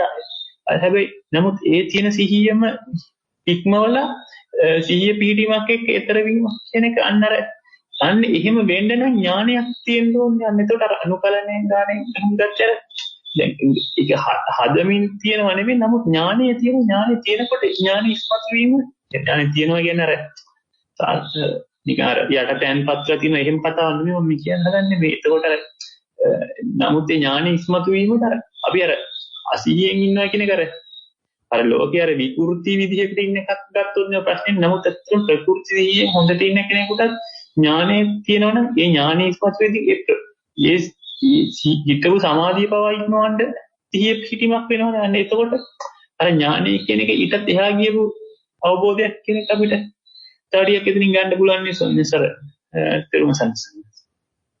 තෙරුවන් සරණයි. ඇත්තටම මේ කාරණා ඒ විදිහට කතා කරපු එක හරි හොඳයි. ඒක අවධානයෙන් අහන්න ඕනේ. මොකද ඒක දැන් මේ අවධානය නැතුනොත් එහෙම දැන් ඇත්තට මේ බුදුරණවහන්සේ ධර්මයේ කතා කරනකොට පුදුම අවධානයක් ඕනේ. පොඩි හරි වෙනස් වීමක් වුණොත් එහෙම මේක තේරුම් ගන්න බැරි වෙනවා. මොකද මේ කොහොමද තේරුම් ගන්නේ? නීවරණ හිතකට බෑනේ. හිත වෙනස් වෙනකොට උද්දච්චය එනකොට, තව ඒකට යනකොට විචිකිච්ඡා වෙනකොට, ඊළඟට මේ කම්ම හිත හැකලෙනකොට මේ මොකක්වත් වෙද්දි මේක තේරුම් ගන්න බෑ. එහෙනම් මේක තේරුම් ගන්න ඒකට යොමු වෙච්ච ඒකට යොමු වෙච්ච සමාධිය. දැන් සමාධිය කියන මම අර ඊ කතා කරේ. සමාධිය කියන මම කතා කරා වෙන එක සමාධිය මේ සමාධිය. අර සමාධියට සාපේක්ෂව ගත්තම ඒක හිත ඒකට සාපේක්ෂව ඒකට යොමු වීම විසිරීමන්නේ. ඒක සමාධිය කියනකොට ඒකටම ඒකාන්තගත වෙලා තියෙනට ඕනේ. එහෙනම් ඒකටම ඒකාන්තගත වෙච්ච දෙයක් නැත්නම් අපිට මේ කියන කාරණාව අල්ලගන්න බෑ. පොඩ්ඩක් හරි එහෙම වුණා නම් පොඩි හරි එහෙම වුණා නම් අල්ලගන්න. ඒ නිසා ඒකටම අවධානයක් තියෙන්නට ඕනේ. ඇත්තටම දැන් වර්තමානයේ සිහියක් කෙනෙක් සේකේ සෝතාපන්න කෙනෙක් ධ්‍යාන වඩනවා. ධ්‍යාන වඩලා මාර්ග භාවිතේ නෙමෙයිනේ කරන්නේ. ධ්‍යාන වඩනවා. එතකොට දැන් එයාට එතනින් එහා ඒ කෙනාට සිහිය පිහිටවනවා කියන එක කායි කරන්න දෙයක් නැහැනේ. ඒ කෙනාට කොහෙද කරන්නේ? ඒ උපරිම සිහිය පිහිටවලානේ. අනේව සංඥා සංඥායට භාවිතා වෙනවා. උපරිම කළානේ. එහෙනම් අන්න ඒකට ඥානය කියන එක තමයි හේතු වන්නේ. ඊතර වීමට. අන්න ආයි සිහිය පිහිටවන ඊතර වීමට. ඒකට ඒ ඥානය කුළු ගැන්වෙන්න, ඒ ඥානය තියුණු වෙන්න, ඒ ඥානය පිළිබිඹු වෙන්න. අන්න අර අතීතනාගත කියන කරුණෝ ඒකත් මානසිකාරයක් නේ කරන්නේ. අතීතනාගත කියන මානසිකාරය ලෝකේ කොහොමද මානසිකාරය? ඒ මානසිකාරයේදී ඥානයේ පාදක වෙනකොට දර්ශනය නෙමෙයි ඥානයේ පාදක වෙනකොට කල්පනාවේ සත්‍ය කල්පනාවට ඉඩ වැඩි. සත්‍ය කල්පනාවට ඉඩ වැඩි වුණාම සත්‍ය කල්පනාවේ ඥානීය භාවිතා වෙනවා. අන්න ඊතර වෙන සිහිය පිහිටනවා. ඊතර වෙනවා. එතකොට තමයි ඊතර වෙන මාර්ගයේ භාවිතා වෙනවා. ඉතින් ඒ නිසා මේ ඔය කියපු හැම වචනයක් එක්කම ඔය කතා කරන හැම එකක් එක්කම අවධානයෙන් මගේ දේ දාගන්න නැතුව මම බාල දක්ෂයෝ මෙන්නේ බාල දක්ෂයන්ගේ බාලයි කියලා අන්න එහෙම නැතුව බලන්න ඕනේ. එහෙම බලන්න ගියොත් එහෙම මට ඔක්කොම ටික හම්බුණා මගේ කෝණෙට. සේරම දක්ෂයගේ බාල කට්ටිය කියන එක මගේ කෝණට හම්බුණා සේරම ටික. ඒකටම හරියටම ගැලපුණා. නමුත් බාල දක්ෂ කියන කාරණා නිර්වචනයට ගිහලා බැලුවම අම්මෝ සම්පූර්ණ වෙනස් එකක්. දක්ෂයෝ හොඳ දක්ෂ කට්ටියන්ටයි බාල දක්ෂයෝ කියන්නේ. නමුත් මං ගත්ත අනිත් පැත්ත සම්පූර්ණ විකෘතිය. මෙන්න මේ වගේ තමයි අපි හරි අවධානය යොමු කරගත්තේ නැත්නම් එහෙම හාත්පස විකෘතියක් තමයි. හැබැයි ඉතින් හරි. තමන්ගේ කෝණයත් එක්කනේ. හරි. ඒවට ධර්මයේ ඊතර වීම නෙවෙයි. තෙරුවන් සරණයි. තෙරුවන් සරණයි. එහෙනම් ඉතින් අපි අවසන් කරමු. ගැඹුරුයි තමයි හෙටනම් කරන්නේ. මම කරන දවස් දැනුම් දෙන්න. ඊළඟට ආයේ කරන්න තියෙන්නේ සලායතන පත්‍ය පස්සෝ කියන එක. ඉතින් උනන්දු වැඩි වෙන්නට ඕනේ. උනන්දු උත්සාහය වැඩි වෙන එකත් එක තමයි මටත් ප්‍රමුජිත භාවයක් ඇවිදලා කතා කරන්න පුළුවන්කම ලැබෙන්නේ. ඉතින් ගැඹුරු ධර්මපරයයක් තමයි බුදුරණවහන්සේම දේශනා කරනවානේ. ආය අපිට සරල අපි බුදුරණවහන්සේ වගේ නෙමෙයිනේ. බුදුරණවහන්සේ සමාන නැහැනේ. ඉතින් අපිට සරල බව හම් වෙන බුදුරණවහන්සේ අපි සම්මාන වුණා නා. භාග්‍යවතුන් වහන්සේ මම අවබෝධ කරගත් ධර්මයේ ගම්භීරෝ කියලානේ කියන්නේ. ඇත්තනේ. තුද්දසෝ කියලානේ කියන්නේ. දකින්න අමාරු කියලා නැත්තනේ. අවබෝධ කරගන්න අමාරු කියලානේ කියන්නේ. ඇත්තනේ. තර්කයට හම්බෙන්නේ නැහැ කියලාමනේ කියන්නේ. ඒකත් ඇත්තනේ. ඉතින් එහෙම ධර්මයන්නේ බුදුරණවහන්සේගේ ලේ තේරෙනවා නම් ගැඹුරු නෑනේ. හරිම ලේ දකින්න පහසු නම්, අවබෝධ කරන්න පහසු නම්, තර්ක කරනකොට හම්බෙනවා නම්, තර්ක ආකාර පරිවිතක් තර්කනේ හම්බ වෙනවනේ. ඒ බුදුරණස් ධර්මයේ නෙමෙයිනේ. අර භාග්‍යවතුන් වහන්සේ අවබෝධ කර ධර්මයේ මොකද්ද? ඉදප්පච්චේතාව. මොකද්ද? ඒත සන්තං ඒත පණේට. ඒක තමයි බුදුරණස් වහන්සේ අවබෝධ කරගත්ත ධර්මය. අනිත් ඒවා ඉතින් ගැඹුරු නෑ. දකින්න ලේසි, අවබෝධ කරන්න ලේසි. තරකාවචරයි. අනිත් ඒවා බුදුරණස් වහන්සේ ධර්මයක නෑ. ඉතින් අපි යන්නේ ඒක හොඳට තේරුම් ගන්නට ඕනේ. මොකද අපි හැම වෙලේම ওই කරුණ මනින්නේ පිටින්. අනිත් අයත් එක්ක කියන කාරණාව. ඕකයි ප්‍රශ්නේ තියෙන්නේ. අපි තුලින් මේක හැම එකම ඔය පැහැදිලි කරපු කරුණ බලන්න ඕනේ. අපි තුලින් බලන්න මම කිව්වේ මොකක්ද දන්නවද? ධර්මයේ තරකාවචරයි ගැඹුරුයි. අනිත් අයට නෙමෙයි අපට. තව කෙනෙකුට නෙමෙයි අපට. ඒකයි. යන්නේ ඒක තේරුම් ගන්නට ඕනේ. එහෙම හම්බ වෙනවා නම් තමයි බුදුරන් වහන්සේ ධර්මයේ හම්බ වෙන්නේ. මට ශෝක එකට පංචපාස්කන්ධය තියෙනවා පරිසම්. ඉතින් ගැඹුරු කොහේ සරලයිනේ. ගැඹුරු කියලා හම්බෙලාද? ලේබල් එක නෙමෙයිනේ. සරල බවක් නේ හම්බෙලා තියෙන්නේ. අපි හිතන ක්‍රමයට ගැලපෙනවා නම් හරිනේ. තරකාවචරයිනේ. ලේසියිනේ. ඒවා හැබැයි බුදුන් වහන්සේ ධර්මෙ නෙමෙයි. අන්න ඒක හොඳට හිතන්නට ඕනේ. ඒක නිසා අපි මුල ඉඳලම මේක හැම එකක් බලන්න ඕනේ. මුලම වැරදි විදිහට යමු වෙන්න ගියාම අන්න ප්‍රශ්නේ තියෙන්නේ ඒකයි. මුලම අපි නිවැරදි විදිහට යන්නට ඕනේ. හැබැයි මුලම නිවැරදි විදිහට යන්න බෑ. ඒ සමාජයක් අපට ගොඩනගෙනකම්. ඒකයි අපි මේ ක්‍රමානුකූලව අපි තුල විමුක්තිකාමී චින්තනයක් ඇතිවීම මේ ධර්මීය හොයන ස්වභාවය ආවට පස්සේ ආයෙ කොයින්ද පටන් ගන්න තියෙන්නේ මුලින්. ආයෙ අගින් පටන් ගන්න බෑ. විමුක්තිකාමී චින්තනය ඇති වෙලා මේ අපි මේ ඕනකම ඇති වුණාට පස්සේ පටන් ගන්න තියෙන්නේ කොහෙන්ද? ආයෙ බඩ ගන්න ඕනේ. අපි කැමති නැහැනේ බඩ ගන්න. අපි මුලින් පටන් ගන්න කැමති. මුලින්මයි පටන් ගන්න තියෙන්නේ ආපහු. මුල ඉඳලමයි යන්න තියෙන්නේ. මුල ඉඳලම ආයේ ක්‍රමානුකූලව යන්නට ඕනේ. එහෙම යනකොටයි බුදුරණවහන්සේ ධර්මයේ තේරුම් ගන්න පුළුවන්. ඉතින් ඒ නිසා මේ දහම ආශ්චර්ය දහමක්. අద్භූත දහමක්.